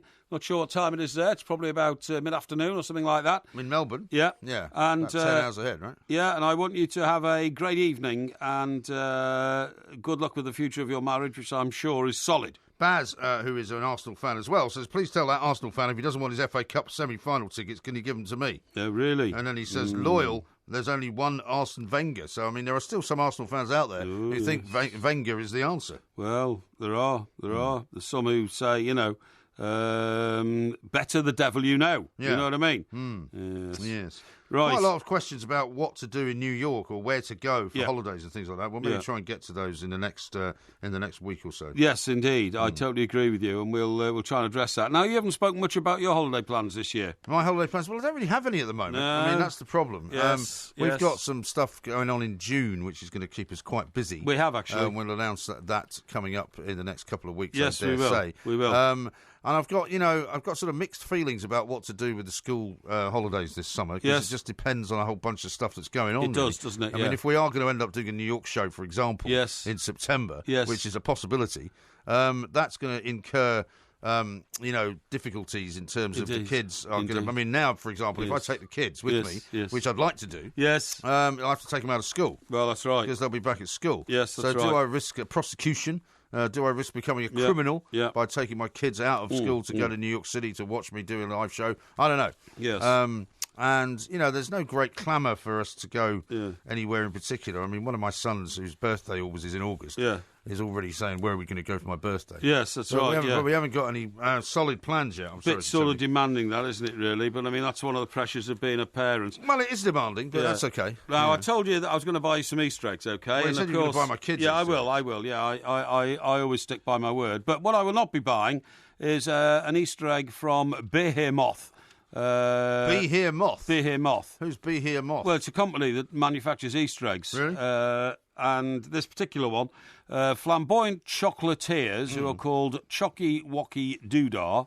Chocky Wocky Doodah. Yeah, Sounds like some kind of Russell Brand sort of episode. Yeah, it certainly does. Produce Easter eggs to order up to the value of £25,000. 25,000? 25,000. Funnily enough, when I was in that pub I was telling you about in Julian Fellowes' village, yes, they had a massive Easter egg that was about, I would say, 2 feet in height. Yep. Behind the bar. I Yes. think it was actually I think they were raffling it off or something. Yeah, there would be. Yeah. I didn't see who'd made it, though. The eggs are made of the finest quality Belgian milk chocolate, decorated with Very straws nice. of dark and orange chocolate. Some of them stand 50 centimetres tall, and burst and you burst them open with 50 individual caramel mini eggs inside. Oh, yeah. But also, if you order a £25,000 egg, exotic jewellery also tumbles out of the egg inside. You see what I mean? Exotic jewellery? Yeah. You don't want jewellery in an egg, do you? Well, you just want chocolate. I don't know, mate. I don't know, but that's what it says here. Well, don't get the kids any eggs with jewellery in. Oh, no, I'm not going to. I'm not going to spend £25,000 on an egg. However, it says that, there are a range of eggs which, quite frankly, I mean, you'd expect to pay about a £5 for an Easter egg, wouldn't you, really? I suppose so. £5 or £6. Yeah. But these ones they've run through, Fortnum and Mason, okay? Yeah. They have an egg called the Colossal Egg, £90. Hotel Chocolat. Yes. Classic ostrich egg. Yeah. £75. 75? Yeah. That's quite a big egg, I suppose, isn't Yeah, it? that's right. Hotel Chocolat extra thick Easter egg, £27. All right. In fact, there is a place at Borough Market that does its own chocolate, which is sort of handmade chocolate, which is, I seem to remember from a couple of Easters ago, they've got a lot of very expensive stuff there. But that's when you buy stuff for sort of grown-ups. It's not really for kids, it is. Yeah, it's not for kids, no. I mean, I would not expect somebody to buy me an Easter egg. No, I wouldn't expect anybody to buy me one either. But you have a lot of chocolate in the back of your car, though, normally, don't you? No, I haven't got any at the moment. No, I've given it away. Have you? Yeah, probably, Okay. yeah. All right. So there's one here, milk chocolate's dark chocolate avocado egg. This half avocado, made entirely from chocolate, is seriously wacky and healthy too. The dark chocolate shell is filled with white chocolate flesh and a milk chocolate stone. Oh, so it's a fake avocado. It's fake avocado. It's actually made of chocolate. Yes, that's right. Yeah. You can even now, believe it or not, get a Marmite milk chocolate Easter egg. Oh. The taste that divides a nation, so you'll either love or hate this hollow milk chocolate egg, but the chocolate is flavoured with Marmite. I would not fancy that. Right. No, I wouldn't want anything to do with Marmite, to be honest. I don't like Marmite on toast. I don't like it on bread. I don't like to cook with it. I don't. I just don't like the taste of it. I totally agree. Here's one from Tim who says, definitely come to Shanghai for a show, although just back from Hong Kong Sevens, where 4 days of bladderation was the order of the trip. Yes. That is meant to be a hell of a weekend. Yeah. The Rugby Sevens in Hong Kong. Yeah. Friends of mine in Scotland used to go all the time. Really, yeah. James says morning from Hong Kong as well. Okay, good morning from Hong Kong. There's a lot of people out there listening. Good morning, Hong Kong. Isn't it Good Morning Vietnam, you think? Yeah, it was, yeah. No, good morning, Tokyo. That was the theme music for the Tokyo Olympics in 1964. Was it? It's not really theme music, is it? Good morning, Tokyo. Now, what's your prediction for the scoreline in the two Champions League games tonight? You've got Leicester taking on Atletico Madrid. I think Leicester will lose 1-0. Okay. That'd be a pretty good result for them. It'd be a brilliant result, yeah. I think they might get an away goal. They might do. Maybe they'll lose 2-1. I'm saying 2-1. Yeah, okay. And then, according to Mark Donaldson, who we had on earlier, he said that Bayern, Munich and Real Madrid could well end up in a victory for Real Madrid. Yeah, well, I'm sure of that. I'm not certain of that. I don't think Bayern are a force in the land much at the moment, really? are they? But do you not think so? No, Real Madrid have got such class players. I'm going to suggest a 2-2 draw for that. I'm going to suggest a Real Madrid victory by 2 goals. Okay. Is that rhetorical or not? That is a statement of fact. Okay. Another fact. Talk sport. Don't forget to come back tomorrow for another sparkling, as fizzy as a bottle of champagne podcast from the Two Mics. Well, I am part of the Two Mics, though. Even you will have to admit that. Yeah, but you're not part of the King's School Chester alumni, okay? But that's why I don't wish to be part of the alumni, as you put it. Yeah, and therefore, I do not wish to have my name associated with such a tawdry school. Well, as I have a 50% stake in the Two Mics, I'm sorry, but you're outvoted. Well, you can't outvote me if you only got 50%. Yeah, well, OK. Well, I'll tell you what you should do then. You go up to Chester and wait on the doorstep when the postman arrives with our 2 videos, OK? And then you want to take them off him, that's up to you. If it's anything like the last deliveries you've been making, it'll be another 3 weeks before they see them. So that's another story. It's a bit harsh. It is a bit harsh. Yeah. So they weren't from Azerbaijan? No. Well, okay. I said I wasn't sure if they were, but they were from that part of the world. I mean, Azerbaijan to Kazakhstan is not a massively big distance. Well, they're all Jans, aren't they? Jans? Yeah. Well, like Jan Stans. No, like Stans or Jan. Stan and Jan. Yeah, you know, Kazakhstan and Azerbaijan.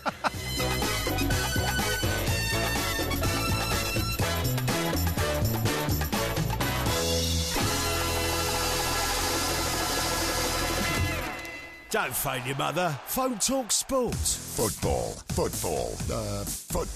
on DAB Digital Radio and 1089 and 1053 AM. Athletico Radio. Talk Sport. Here's one from Douglas in Aberdeen who says the list of things Porky wanted to achieve.